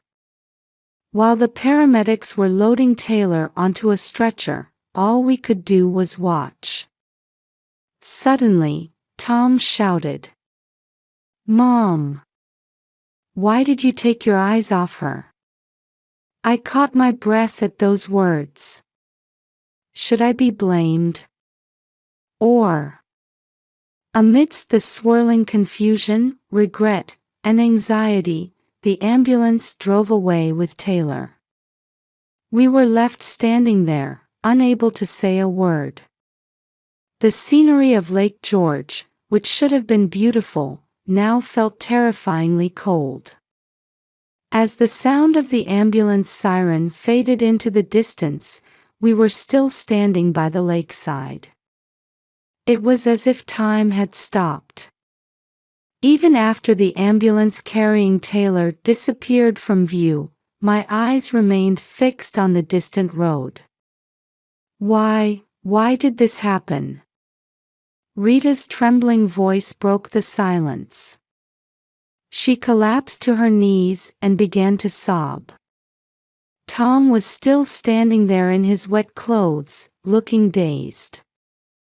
His eyes still held the color of fear and confusion. I took a deep breath. Someone had to stay calm. Rita, it's okay. Taylor is a strong girl, I said gently. Let's think about going to the hospital now. Rita looked up at me. A faint light of hope shone in her tear-filled eyes. Yes, that's right, she answered in a shaky voice. We need to go to Taylor. Tom seemed to have finally come to his senses. I'll get the car ready, he muttered. Then he quickly headed towards the parking lot. I helped Rita stand up and gently put my arm around her shoulder. It's going to be all right. Let's get through this together. However, contrary to those words, anxiety was swirling inside me. Is Taylor safe? Will there be any lasting effects? And, why didn't anyone notice? When Tom brought the car around, we hurriedly got in. The car was enveloped in a heavy silence. Which hospital? Tom asked from the driver's seat. Glens Falls Hospital, I answered. That's what the paramedic said. As the car started moving and we headed towards the hospital, Rita kept checking her mobile phone repeatedly. Why hasn't the hospital contacted us? She muttered anxiously. They're probably still running tests, I tried to reassure her. If there's good news, they'll contact us right away. However, those words rang hollow. The tension in the car increased with time. Suddenly, Tom gripped the steering wheel tightly and shouted, "Damn it! Why did this happen?" Rita and I jumped at his voice. Tom's anger and self-blame had burst out all at once. Tom, calm down, I said, trying to reason with him. Focus on driving safely now.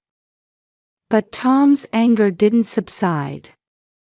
Mom, why did you take your eyes off her? He glared at me in the back seat. You said you would look after Taylor. I caught my breath at those words. Tom, I was also preparing the food. No excuses. Tom yelled.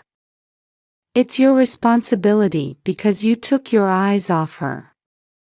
The atmosphere in the car froze. Rita looked at her husband with a surprised expression, and I was at a loss for words. Tom, Rita said in a small voice. It's everyone's responsibility. None of us were paying attention to Taylor. However, Tom wouldn't listen. No, Mom said she would watch her. We're busy with work, but Mom has free time. Those words sent a pain through my heart. Tom, that's not. Suddenly, the car came to an abrupt stop. We had arrived at the hospital parking lot. Tom got out of the car and turned to Rita. We'll go alone. Mom, you go home. But, Tom. Rita hesitated. Just do it.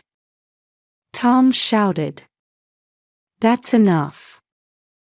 If Mom is there, our position as parents. He swallowed his words, but their meaning was clear.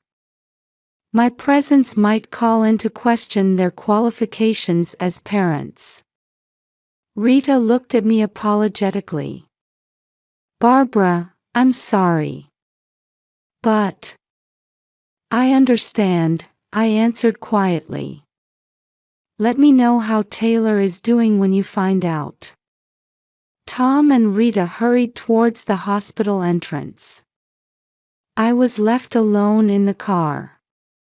Watching them disappear into the hospital through the window, I let out a deep sigh. More than anger or sadness, only emptiness remained. And then, I made a decision. For Taylor's sake, I must uncover the truth, I thought to myself.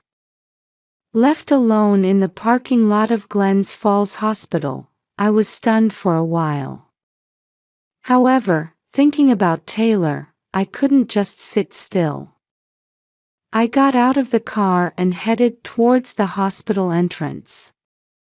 When I asked at the reception, I was told that Taylor was in the intensive care unit. I decided to wait in the waiting room to hear the doctor's explanation. After what felt like a long time, the doctor finally appeared.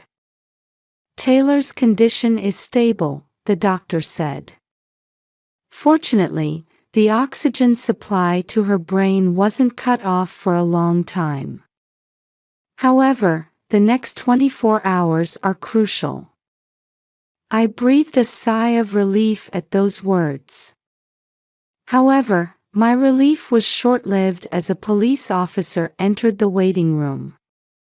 "We'd like to ask you about the circumstances of the accident," the officer said. I explained the sequence of events, but I noticed that Tom and Rita were nowhere to be seen. When I asked the officer, he said they had already finished giving their statements and left. That's strange, I thought. Why would they leave in such a hurry when their granddaughter's life was in danger? As I answered the officer's questions, a sense of unease grew within me.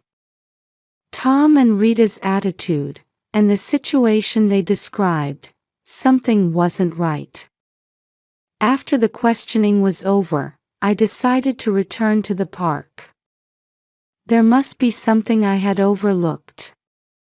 When I arrived at the park, traces of the barbecue were still there. I looked around, wondering if there were any witnesses. That's when I noticed a family having a picnic nearby. Gathering my courage, I approached them, and they kindly responded. "Yes, we did see a child fall into the water," the father of the family said. "Actually, we were filming my daughter's birthday. It might be in the background of our video." My heart raced. "Would you mind showing that video to the police?" They readily agreed. I immediately contacted the police, and we arranged to check the video. The police officer's expression changed as he watched the footage. "This is an unexpected development." I was also shown the video. What it showed was Tom leading Taylor close to the river. It wasn't an accident. It was intentional. I was speechless with shock. The police officer seized the video as evidence and said he would conduct further investigation. In a daze, I returned to my home in Manhattan. My mind was in turmoil, and my heart was filled with pain. Why would Tom do such a thing? The next morning, I was awakened by the sound of the doorbell. It was the police. "We found new evidence," the detective said. "We'd like to talk to you about the contents of the video." I led them to the living room and listened to the detective's words with bated breath. "We've analyzed yesterday's video in detail," the detective began. "What we found is that this wasn't just an accident." The detective took out a tablet and played the video. The clearer footage showed Tom leading Taylor by the hand to the river and gently pushing her. Why? I was at a loss for words. Furthermore, when we checked your family's bank records, we found that there have been large debts recently, the detective continued. And Taylor had a high-value life insurance policy. At that moment, all the pieces fell into place. Financial distress, Taylor's medical expenses, and insurance fraud. I can't believe it, I muttered. Just then, I heard the sound of the door opening. Tom and Rita had returned. I could see their faces turn pale. They froze when they saw the police in the living room. What happened? Rita asked in a trembling voice. The detective stood up and said to them, Mr. Tom, Mrs. Rita. New evidence has been found regarding Taylor's accident. The blood drained from Tom's face. What do you mean? The detective showed them the video. While watching the footage, Rita let out a scream, and Tom collapsed into a chair. Why?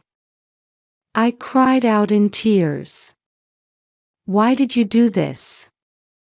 Tom covered his face with both hands and began to sob. We had no choice. Rita continued, we couldn't pay for Taylor's treatment, the debts kept piling up. But to try to kill her. I said, my voice shaking. We didn't mean to kill her. Tom shouted. We just needed the insurance money. We only meant to hurt Taylor a little. But I was at a loss for words. I knew about the couple's financial situation, but I never imagined it would come to this. Why didn't you talk to me? I said, filled with sadness and anger. Rita answered, crying, we were ashamed. Our pride got in the way. The detective quietly said, both of you will need to come with us to the station. Tom and Rita complied without resistance. As I watched them being taken away, various emotions swirled within me. Anger, sadness, and deep disappointment. Left alone in the room, I stared blankly out the window. The desire to save my family and the anger at their actions conflicted within me. However, one thing was clear. The strong determination that I must protect Taylor. I stood up and began preparing to go to the hospital. The road ahead would be difficult. But for Taylor's sake, and for the future of our family, I must continue to move forward. A few days after Tom and Rita's arrest, I was meeting with a lawyer. The trial of the two, charged with attempted felony and child abuse, was about to begin. To be honest, Barbara, the situation is dire, the lawyer said. The evidence is conclusive. I let out a deep sigh. I understand. But they are Taylor's parents. Isn't there any way to help them? The lawyer chose his words carefully. We'll do our best, but prison time is unavoidable. Right now, we should prioritize Taylor. Those words brought me back to reality. Yes, Taylor is the top priority now. The next day, an official from the New York State Child Protective Services CPS came to visit. We'd like to discuss Taylor's future, the CPS official said. Are you planning to put her in a facility? I asked anxiously. Well. The official hesitated a bit. If care by a blood relative is possible, we believe that would be best. Those words gave me hope. Would it be possible for me to raise her? That's definitely worth considering, the official replied. However, there will be a rigorous review process. For the next few weeks, I worked tirelessly to gain custody. Home visits, psychological evaluations, financial status checks. I cleared each process one by one. At the same time, Tom and Rita's trial was progressing. They pleaded guilty and asked for leniency. The court considered their financial hardship but also pointed out the severity of the crime. In the end, Tom was sentenced to 7 years in prison and Rita to 5 years. When I heard the verdict, my feelings were complex. Their actions were unforgivable. But they, too, had been suffering. About a month after the trial ended, I received a call from CPS. "Barbara, after our review, we've decided to grant you temporary custody of Taylor," they said. I couldn't help but cry at those words. "Thank you.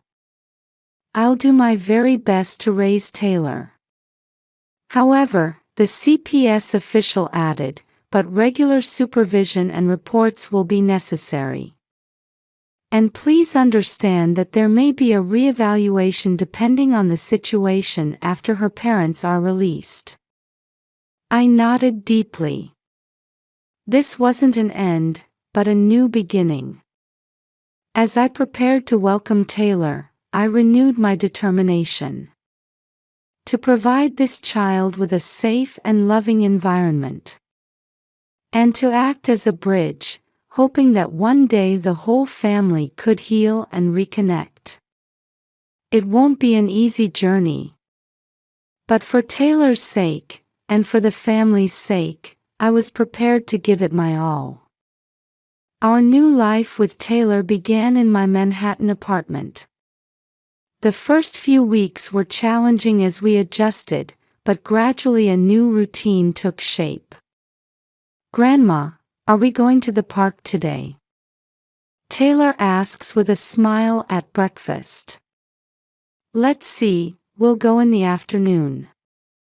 Remember, we have a doctor's appointment in the morning, okay?" Taylor's face clouds over a bit, but she quickly nods brightly. "Okay, I understand." The regular therapy at the Child Mind Institute was having a remarkable effect on Taylor. Her language skills were improving, and she was gradually developing social skills. I was changing too. I started volunteering at the New York Foundling, supporting children in similar situations. "Barbara, your experience is inspiring many people," a staff member at the facility told me. Indeed, the journey is challenging. But every time I see Taylor smile, I gain strength. And I spend each day hoping that when Tom and Rita return someday, we can start anew as a healed family. A year has passed since then. Squinting at the morning sun streaming through the window, I quietly sip my coffee. Taylor is still asleep. Over this past year, we've overcome many difficulties. My heart ached many times seeing Taylor cry at night or long for her parents. But gradually, she regained her smile, and now she started attending kindergarten. "Grandma, are we going to see Mom and Dad today?"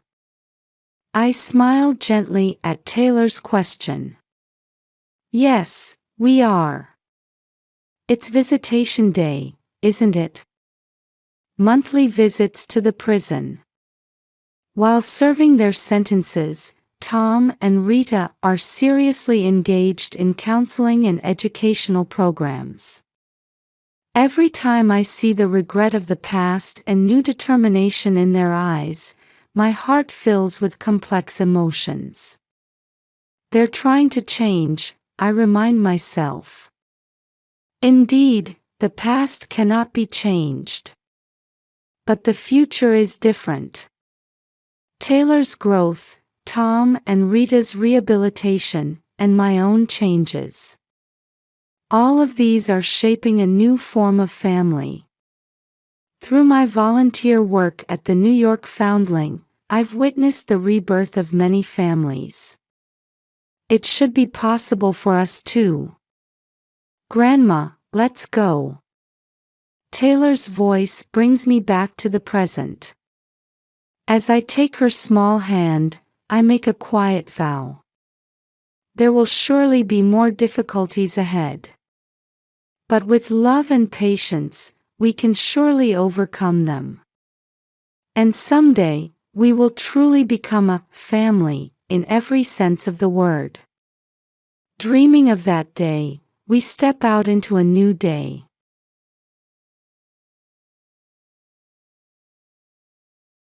I'm Meryl Streep. Even at 65, I still wake up before the alarm goes off at 5 a.m. It's a habit ingrained from 40 years of teaching that hasn't changed since retirement. I quietly rise, surveying the spacious bedroom that Don, my late husband, left for me. It's been 2 years since he passed, but I still feel his presence strongly. Sighing, I put on my robe and step into the hallway. Before heading downstairs, I peek into my granddaughter Emma's room. At 4 years old, she sleeps like an angel. Her golden curls spread across the pillow, her little chest rising and falling steadily. I can't help but smile. On my way to the kitchen, I pass by my son Brad and daughter-in-law Jennifer's room. The door is firmly shut. They rarely get up early. Brad works late into the night, and Jennifer, well, she has her own life. As I brew coffee in the kitchen, I gaze out the window at the backyard. It's a quiet morning in the Los Angeles suburbs. I see the Johnsons next door taking their dog for a walk. I give them a small wave, and they return a warm smile. Coffee in hand, I settle onto the living room sofa. Looking at the family photos on the wall, I reflect on life here. When Brad suggested we live together after Don passed, I was truly happy. But reality turned out a bit different from the ideal. Brad is an excellent lawyer, completely absorbed in his work. He leaves early and returns late, hardly spending time with the family. As for Jennifer, the former model seems to live in a different world. She shows little interest in taking care of Emma. In the end, I'm the one mainly looking after Emma. Preparing breakfast, taking her to and from kindergarten, snacks, baths, bedtime. Honestly, it can be tiring. But when I see Emma's smile, all the fatigue vanishes. At 7 a.m., I go to wake Emma. "Good morning, sweetheart," I call, and Emma opens her eyes wide, exclaiming, "Grandma," with a beaming smile as she jumps into my arms. This moment is the happiest part of my day. Hugging Emma, I return to the kitchen. As I prepare breakfast, Brad finally appears. "Morning, Mom." "Emma," he says, quickly downing a cup of coffee. "I have an important trial today." "Might be late," he adds, rushing out. Emma looks a bit sad. Around 9 a.m., Jennifer gets up. She nods a quick, "Good morning," to us and grabs yogurt from the fridge. Emma excitedly tells her, "Mommy, I'm going to draw pictures at kindergarten today. but Jennifer just responds with a curt, "Oh, that's nice." After dropping Emma off at kindergarten, I go shopping at the local Whole Foods. While selecting organic vegetables and fruits, I chat with Martha at the checkout. "Meryl, it's wonderful how you're taking care of your granddaughter," Martha says. "Yes, Emma is my joy," I reply, inwardly sighing. Back home, folding laundry, Linda from next door visits. "Meryl, are you coming to the community meeting tomorrow?" she asks. "Yes, of course. I'll bring Emma," I answer. Linda hesitates, then asks, "And Jennifer?" I shake my head slightly. Linda nods understandingly. At 3 p.m., I pick Emma up from kindergarten. On the way home, she proudly shows me the picture she drew today. "I want to show it to Mommy," Emma says. "Of course, she'll be delighted," I reply, but inside, I feel a twinge of anxiety. When we get home, Jennifer is on the sofa, looking at her smartphone. Emma tries to show her the drawing, but Jennifer says, "Later, honey," without really paying attention. Seeing Emma's disappointed face, my heart aches. As I prepare dinner, I ponder the future of this family. I need to do something for my beloved granddaughter. But what? With these thoughts weighing on my mind, another day was coming to an end. That day started as an ordinary Tuesday. After completing my morning routine and dropping Emma off at kindergarten, I headed to Target for some shopping. As I walked through the store, putting Emma's favorite fruit snacks and Brad's preferred coffee beans in the cart, I checked my phone while waiting in line at the checkout. There was a message from Jennifer. "Emma's not feeling well and left kindergarten early. I picked her up." I frowned. Why didn't Jennifer contact me? If Emma was unwell, I needed to get home right away. I quickly finished paying and hurried to the parking lot. When I arrived home, the entrance was eerily quiet. "I'm home," I called out, but there was no response. As I entered the living room, I saw Jennifer on the sofa, engrossed in her smartphone. The TV was on low volume. "Where's Emma?"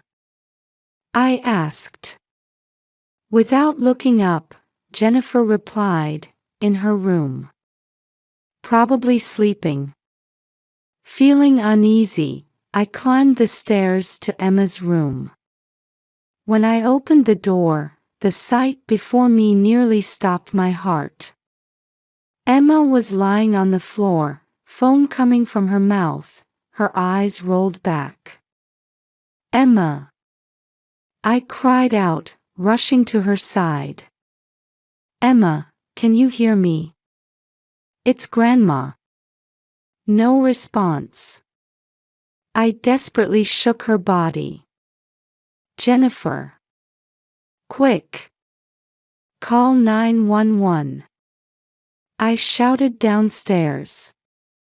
I heard hurried footsteps, and Jennifer burst into the room.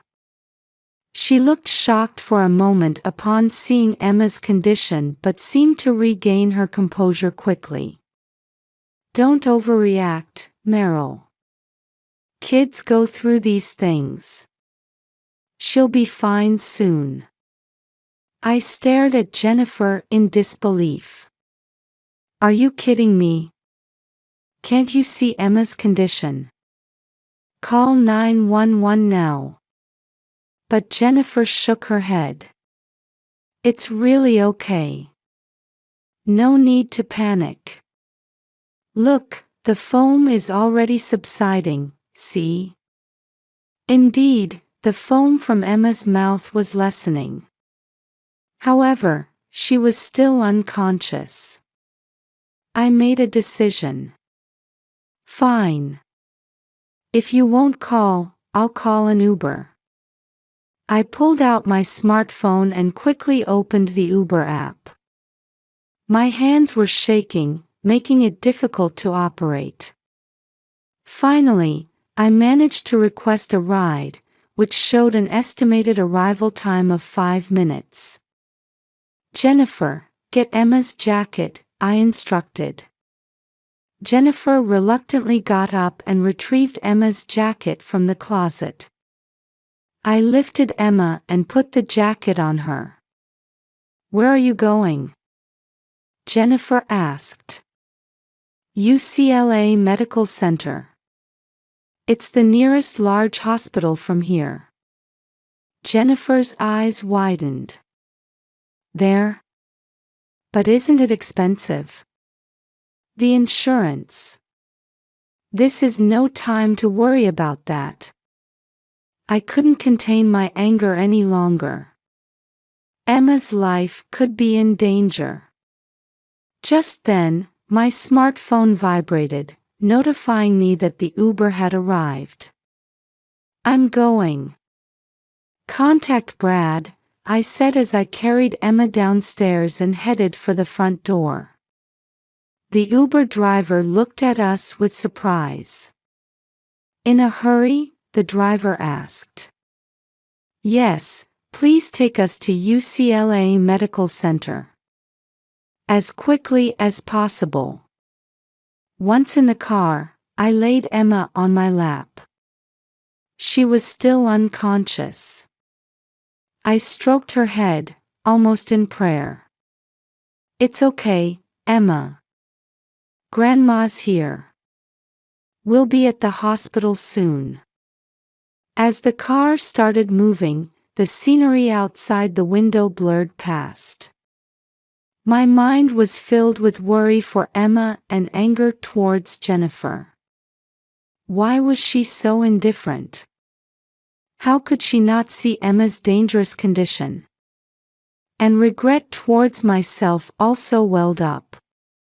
I should have gone home earlier. I should have returned immediately when I heard Emma wasn't feeling well. The UCLA Medical Center building came into view. We're almost there, Emma, I whispered softly. As the car pulled up to the emergency entrance, I quickly opened the door. Thank you, I said to the driver as I carried Emma out of the car. Hospital staff noticed us and immediately rushed over with a stretcher. What happened? A young female nurse asked. My granddaughter, foam from her mouth, unconscious, I explained, out of breath. The nurses quickly transferred Emma to the stretcher and rushed her to the treatment room. I tried to follow, but another nurse stopped me. Please wait. We need you to complete some paperwork at the reception first. Confused but compliant, I headed to the reception desk. My mind was blank, and I could barely answer the questions. After completing the paperwork, I sat in the waiting room. Looking at the clock, I realized it had been less than 30 minutes since we left home. Yet it felt like an eternity. Would Emma be okay? And what would happen now? As anxiety and worry tightened my chest, I waited for the doctor's diagnosis.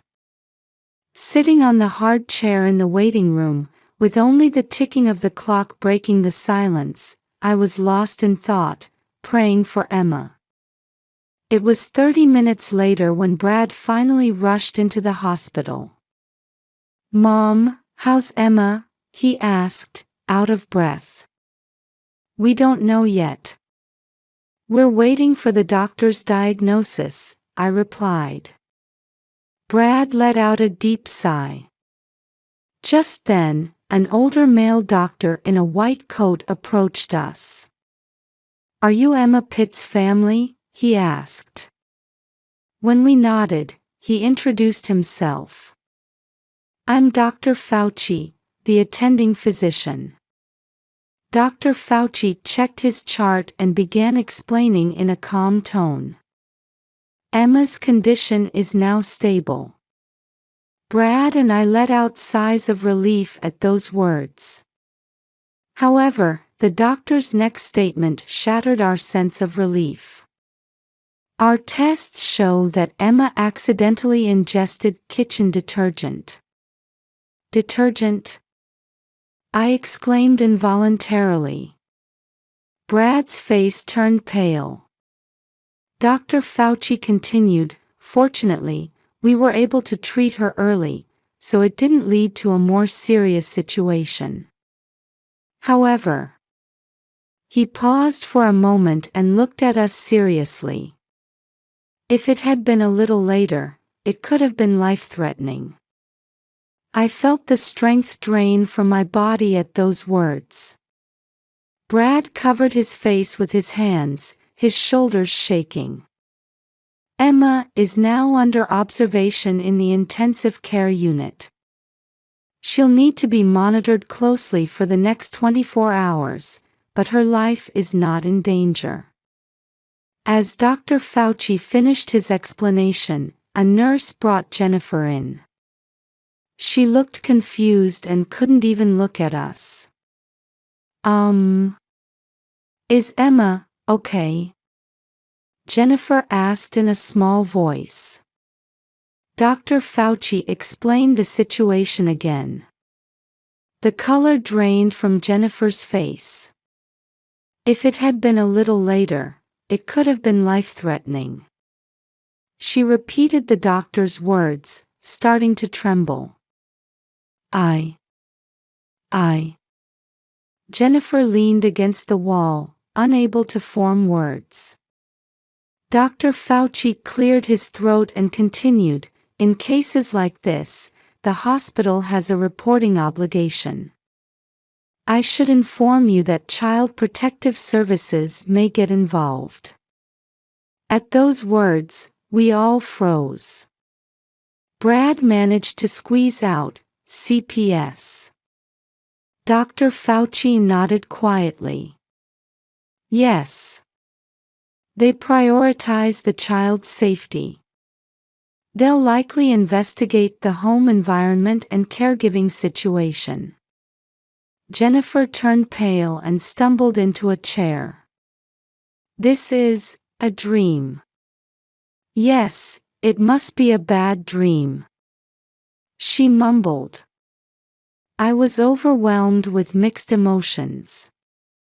Joy at Emma's safety, anger towards Jennifer, and anxiety about what was to come. Dr. Fauci, seeing our state, said gently, "For now, let's focus on Emma's recovery. Visiting hours will start tomorrow morning, but we'll notify you immediately if there's any change." After the doctor left, a heavy silence enveloped us.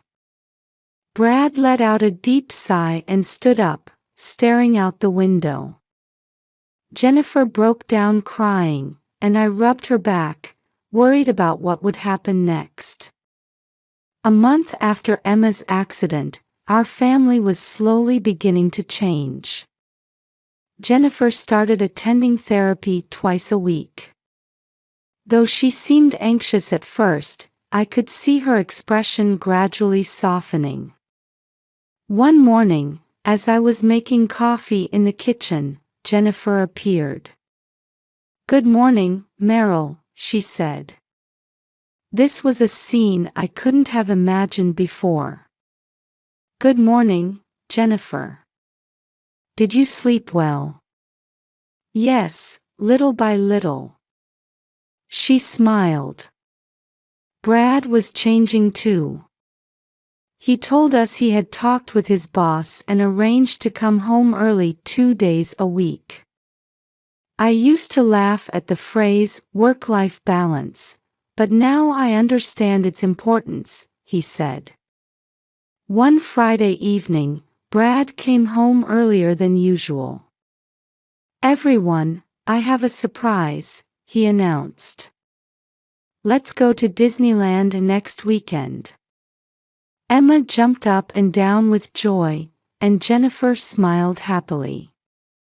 I felt a warmth in my chest. When the weekend arrived, we set out for Disneyland early in the morning. Emma was so excited she sang Disney songs the whole way there. Brad, while driving, would occasionally glance at Emma in the rearview mirror and smile. Jennifer, in the passenger seat, was looking at the map and asking Emma, "Which attraction should we go to next?" Upon arriving at the park, Emma's eyes sparkled as she looked around. "I want to meet Mickey," she shouted. Brad said, "All right, let's go find Mickey," and hoisted Emma onto his shoulders. We enjoyed various attractions throughout the day. At lunchtime, Jennifer gently asked, "Emma, would you like to eat a hamburger and fries here?" When Emma nodded, Jennifer happily placed the order. Seeing her take the initiative to care for Emma made me feel warm inside. In the evening, as we watched the fireworks, Brad hugged us all. "I'm so happy we could spend time like this," he said. Jennifer nodded, tears in her eyes.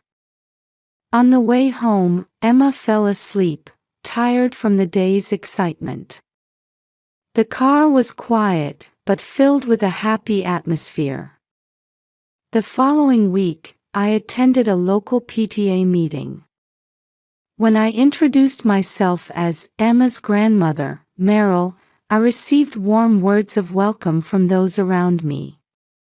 "It's wonderful that you're participating in the PTA while taking care of your granddaughter," one mother said. Through my PTA activities, I deepened my connections with other families in the community. One day, Emma's teacher told me, "Emma has been so lively lately," which made me happy. At home, Brad started reading picture books with Emma after coming home from work. Jennifer, too, began making snacks with Emma and taking her to the park. One evening, after putting Emma to bed, we were having tea in the living room. "Hey," Jennifer began. "I think I want to work again." Brad and I looked at each other in surprise. "But this time, part-time." "I want to cherish my time with Emma too," she continued. "That's a wonderful idea," I said. Brad nodded, saying, "I'll support you." That night, before going to bed, I looked at my husband's photo. "Dawn, are you watching? Our family is slowly but surely growing stronger." Stars twinkled outside the window. It was as if my husband was smiling. Tomorrow, another new day would begin. A new day full of hope for our family. On the morning of Emma's 5th birthday, the whole house was filled with a celebratory mood. Brad and Jennifer had gotten up early to decorate the living room with balloons and garlands. I went to pick up the special organic birthday cake I had ordered from Whole Foods. In the afternoon, Emma changed into her new dress and ran into the living room, her eyes sparkling. "Wow! It's beautiful," she exclaimed. The whole family gathered around the table, and we sang "Happy Birthday" as we lit the candles on the cake. Emma closed her eyes to make a wish, then blew out the candles, and we all applauded. As we ate the cake, I quietly looked around at the family. Brad was gently wiping cream off Emma's cheek, and Jennifer was lovingly stroking Emma's hair. How much we've grown since that incident a year ago. We've learned to overcome difficulties, understand each other, and support one another. Now, our bond is much stronger than before. Looking at Emma's smile, I whispered in my heart, Dawn, are you celebrating with us too? Our family is surely heading towards a bright future.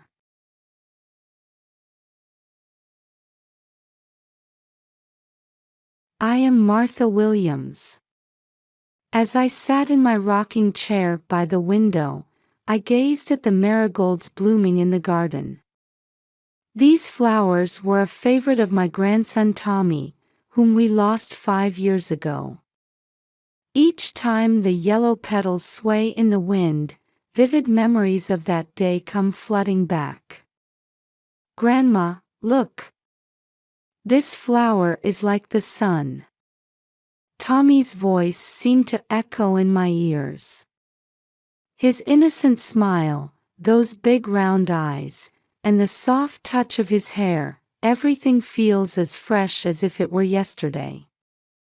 My son Michael, his wife Jennifer, and 5-year-old Tommy lived in Maplewood, the next town over. Every weekend, they would visit my house without fail, cherishing our family time together. Michael would man the barbecue grill in the backyard, Jennifer would prepare salads in the kitchen, and I would bake my special apple pie. Tommy always followed me around, his eyes full of curiosity. Grandma, teach me how to make it next time. Tommy would say, and I'd smile and nod. Of course, we'll make it together when you're a bit older. Those happy days changed completely after that day. On July 15, 2018, Michael and Tommy went on a father-son hiking trip to Delaware Water Gap National Recreation Area in New Jersey, but they never returned. At first, we thought they had just gotten lost. Their car was found in the trailhead parking lot, and rangers and local police began searching. Jennifer and I visited the ranger station almost daily. They'll be fine, I kept telling Jennifer with a trembling voice. But deep down, anxiety was swirling. On the 4th day of the search, news came that the search had been temporarily suspended due to bad weather. That night, Jennifer and I prayed together at the local St. Joseph's Church. God, please keep them safe, our prayers echoed in the quiet church. However, as days passed, hope gradually faded. The search area expanded, even using helicopters and drones, but no trace of Michael and Tommy was found. 2 weeks after the search began, the rangers' report to us was the worst possible outcome. I'm sorry. We found Michael's wallet and part of Tommy's stuffed animal in a deep ravine. Given the weather conditions and terrain in this area, the rangers' words trailed off. I felt my world silently crumbling.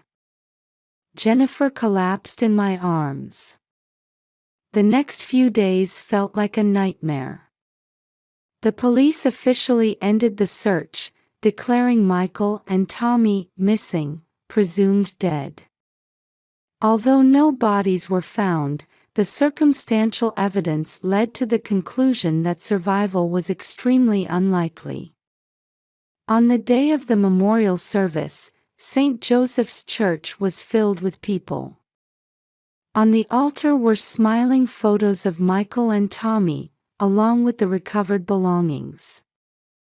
I stood before the altar, dressed in black mourning clothes. Jennifer trembled beside me. Why did you leave us behind?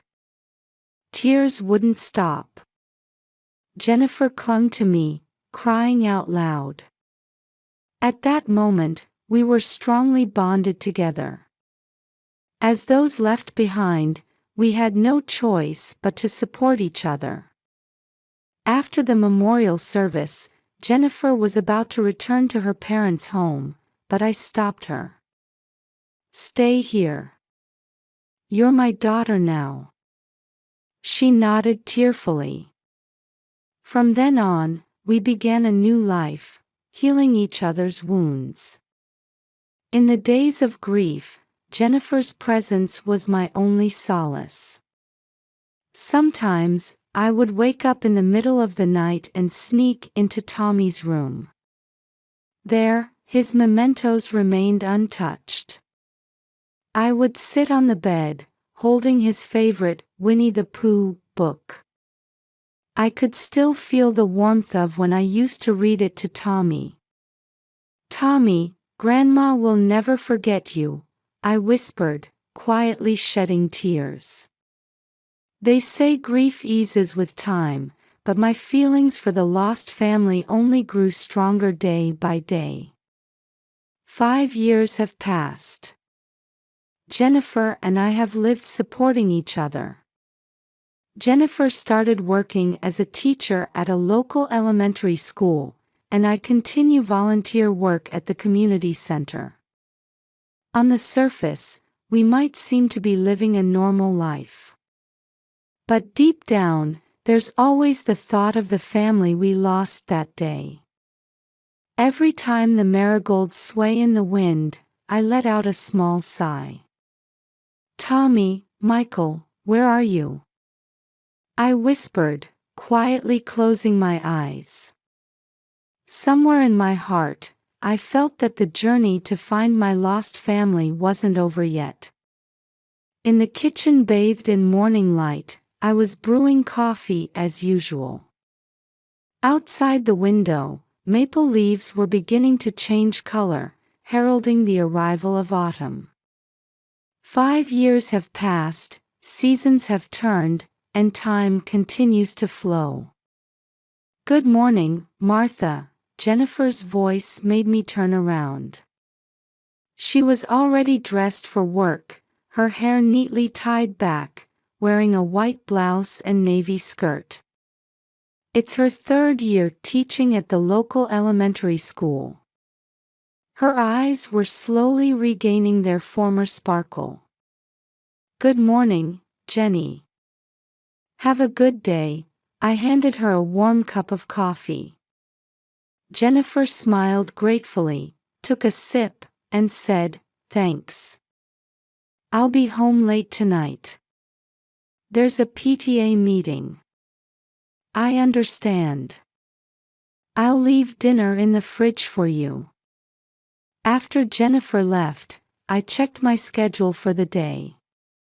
Tuesday is volunteer day at the local food bank. Distributing food to impoverished families and the elderly has given me a sense of purpose. At the food bank, I spent a busy day as usual. Sorting food, distributing it, and chatting with visitors. Especially when I see young mothers with children, I tend to engage in long conversations. I can't help but see Tommy's face in theirs. "Thank you for your help today, Mrs. Williams," Jeanette, the supervisor, called out to me. "No, thank you. I'll be back on Thursday." When I returned home, the sun was already setting. I took a shower and had a simple dinner. Then, as usual, I sat on the living room sofa and turned on the TV. As I was flipping through channels, a local news program caught my eye. "Today, we bring you coverage of the Autumn Charity Festival held at Maplewood Community Park," the announcer's voice flowed. The screen showed a bustling park scene. Stalls lined up, and children were running around. I found myself smiling unconsciously.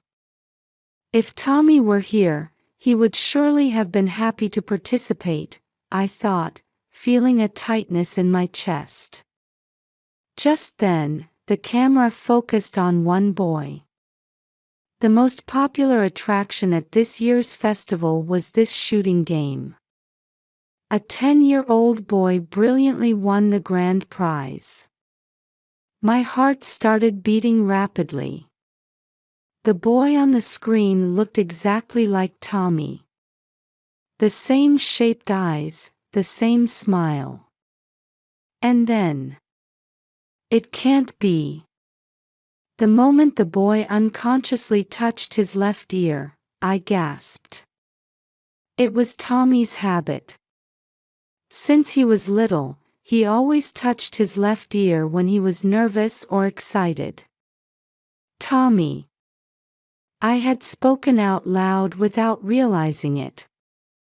My head was spinning, and my heart was pounding. Was this just a coincidence, or? The TV sound faded into the background. My vision blurred slightly, and my breathing became shallow. I tried desperately to calm myself down. Stay calm, Martha. Stay calm.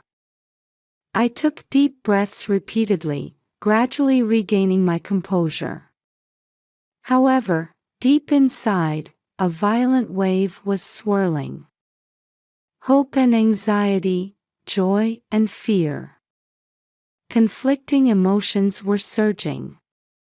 I picked up my smartphone and, with trembling fingers, called Jennifer. Jenny, we need to talk when you get back. What's wrong? Martha, your voice is shaking. It's okay. Just, let's talk when you get home. After hanging up, I stared at the TV screen once more. The program had already moved on to another topic, but I couldn't get the image of that boy out of my head. If it really was Tommy. Just thinking about that possibility made my chest ache. But at the same time, a small flame of hope lit up in my heart.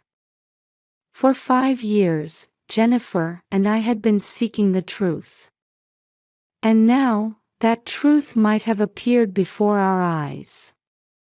The living room clock showed 9 o'clock. About an hour until Jennifer returns. During that time, I replayed the footage in my mind over and over, doubting my own eyes.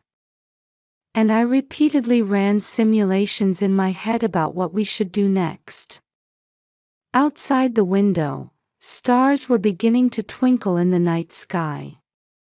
I prayed quietly. God, if it really is Tommy, please guide us. Jennifer returned home just after 10 p.m. As she entered the doorway, looking tired, I called out to her quietly. Jenny, sit down. We need to talk. Seeing my expression, Jennifer immediately tensed up. After she sat on the living room sofa, I explained in detail about the TV program I had seen last night. About the boy who looked just like Tommy, and his characteristic gesture of touching his ear. Martha. Jennifer's voice was shaking. Do you really think it's Tommy? I don't know. But I think it's worth exploring the possibility. That night, we talked until late.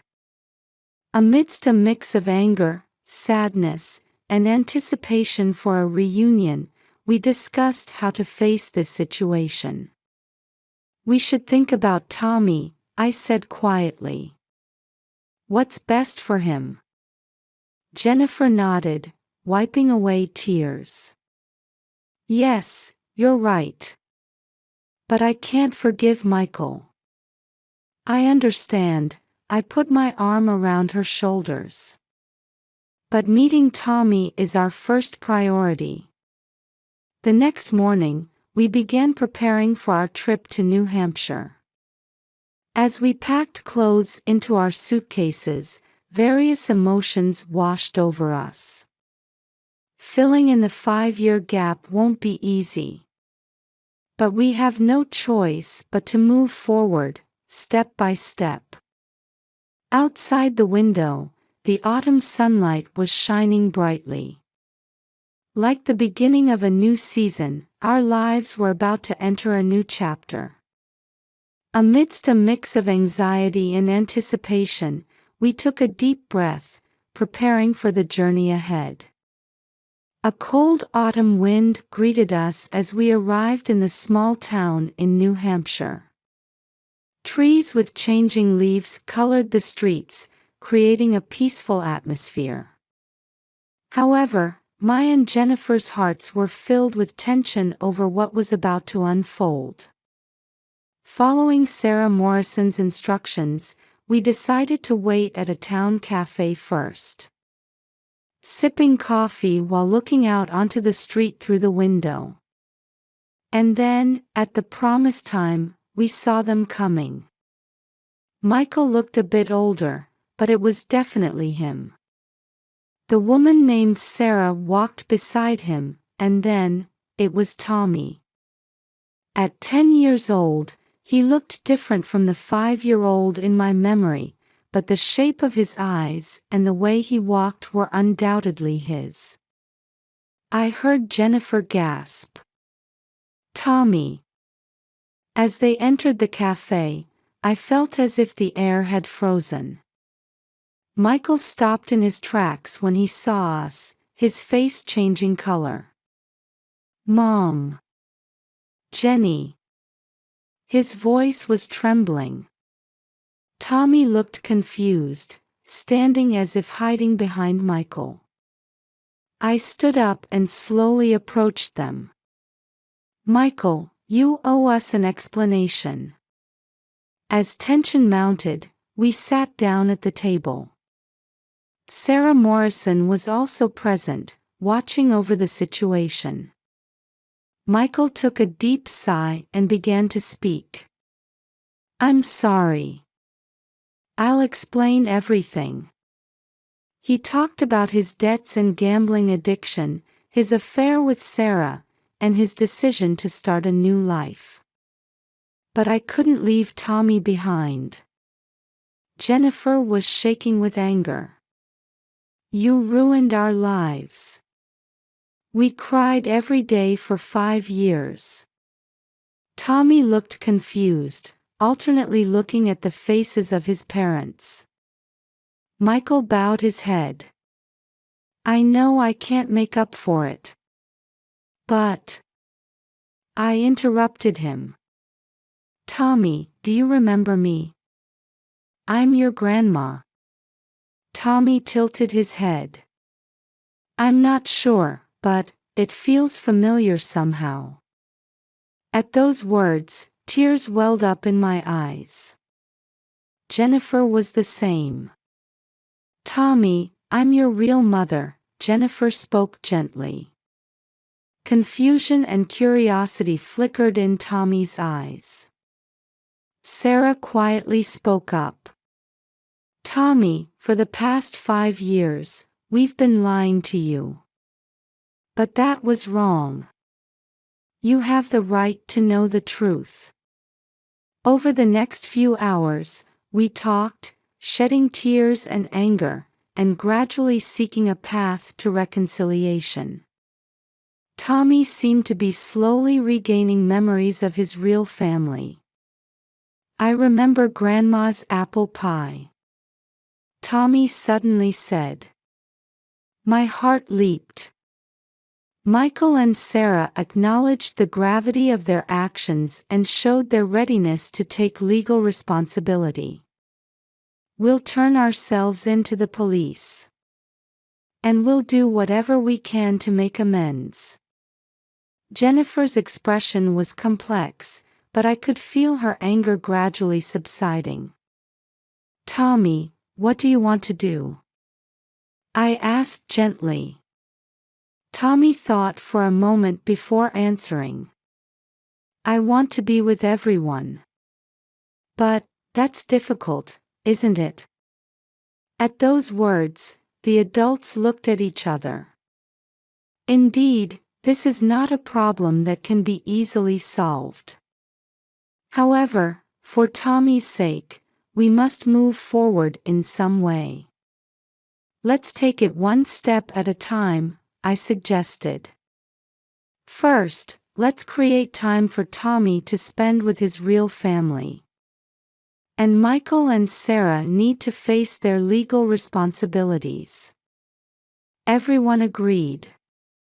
This is not an end, but a new beginning. A year has passed since then. In the softly lit hallway of the courthouse on an autumn day, we were waiting for the verdict. Michael and Sarah had been charged with child abduction and faking a disappearance. The sentence was 3 years of actual imprisonment for Michael and 2 years for Sarah. They accepted the verdict calmly. Tommy, in tears, hugged Michael. "Dad, do your best." Jennifer watched this scene with a complex expression. I could sense anger and sympathy conflicting within her. After the sentencing, we began a new life as a family. Jennifer was granted custody of Tommy, and I moved in to live with them. Once a week, Tommy visits Michael and Sarah in prison. At first, it was awkward, but gradually it became part of our routine. Tommy slowly began to regain memories of his real family. One day, he suddenly said to me, "Grandma, I remember. We used to make cookies together." At those words, I couldn't help but shed tears. Jennifer was attending counseling, facing her emotions. She gradually regained her smile and built a new relationship with Tommy. Our family started gathering for dinner every Sunday. Sometimes, letters from Michael or Sarah would be placed on the dining table. They were spending days of reflection in prison, contemplating their lives after release. Society showed great interest in our case, and the media often came for interviews. However, we chose to avoid the gaze of reporters and live quietly.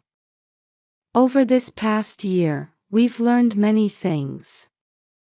That even if the shape of a family changes, love doesn't change. That even if you make mistakes, there's a path to atonement and reconciliation. And above all, how important the truth is. Tommy now enjoys school with his friends and has joined a baseball team.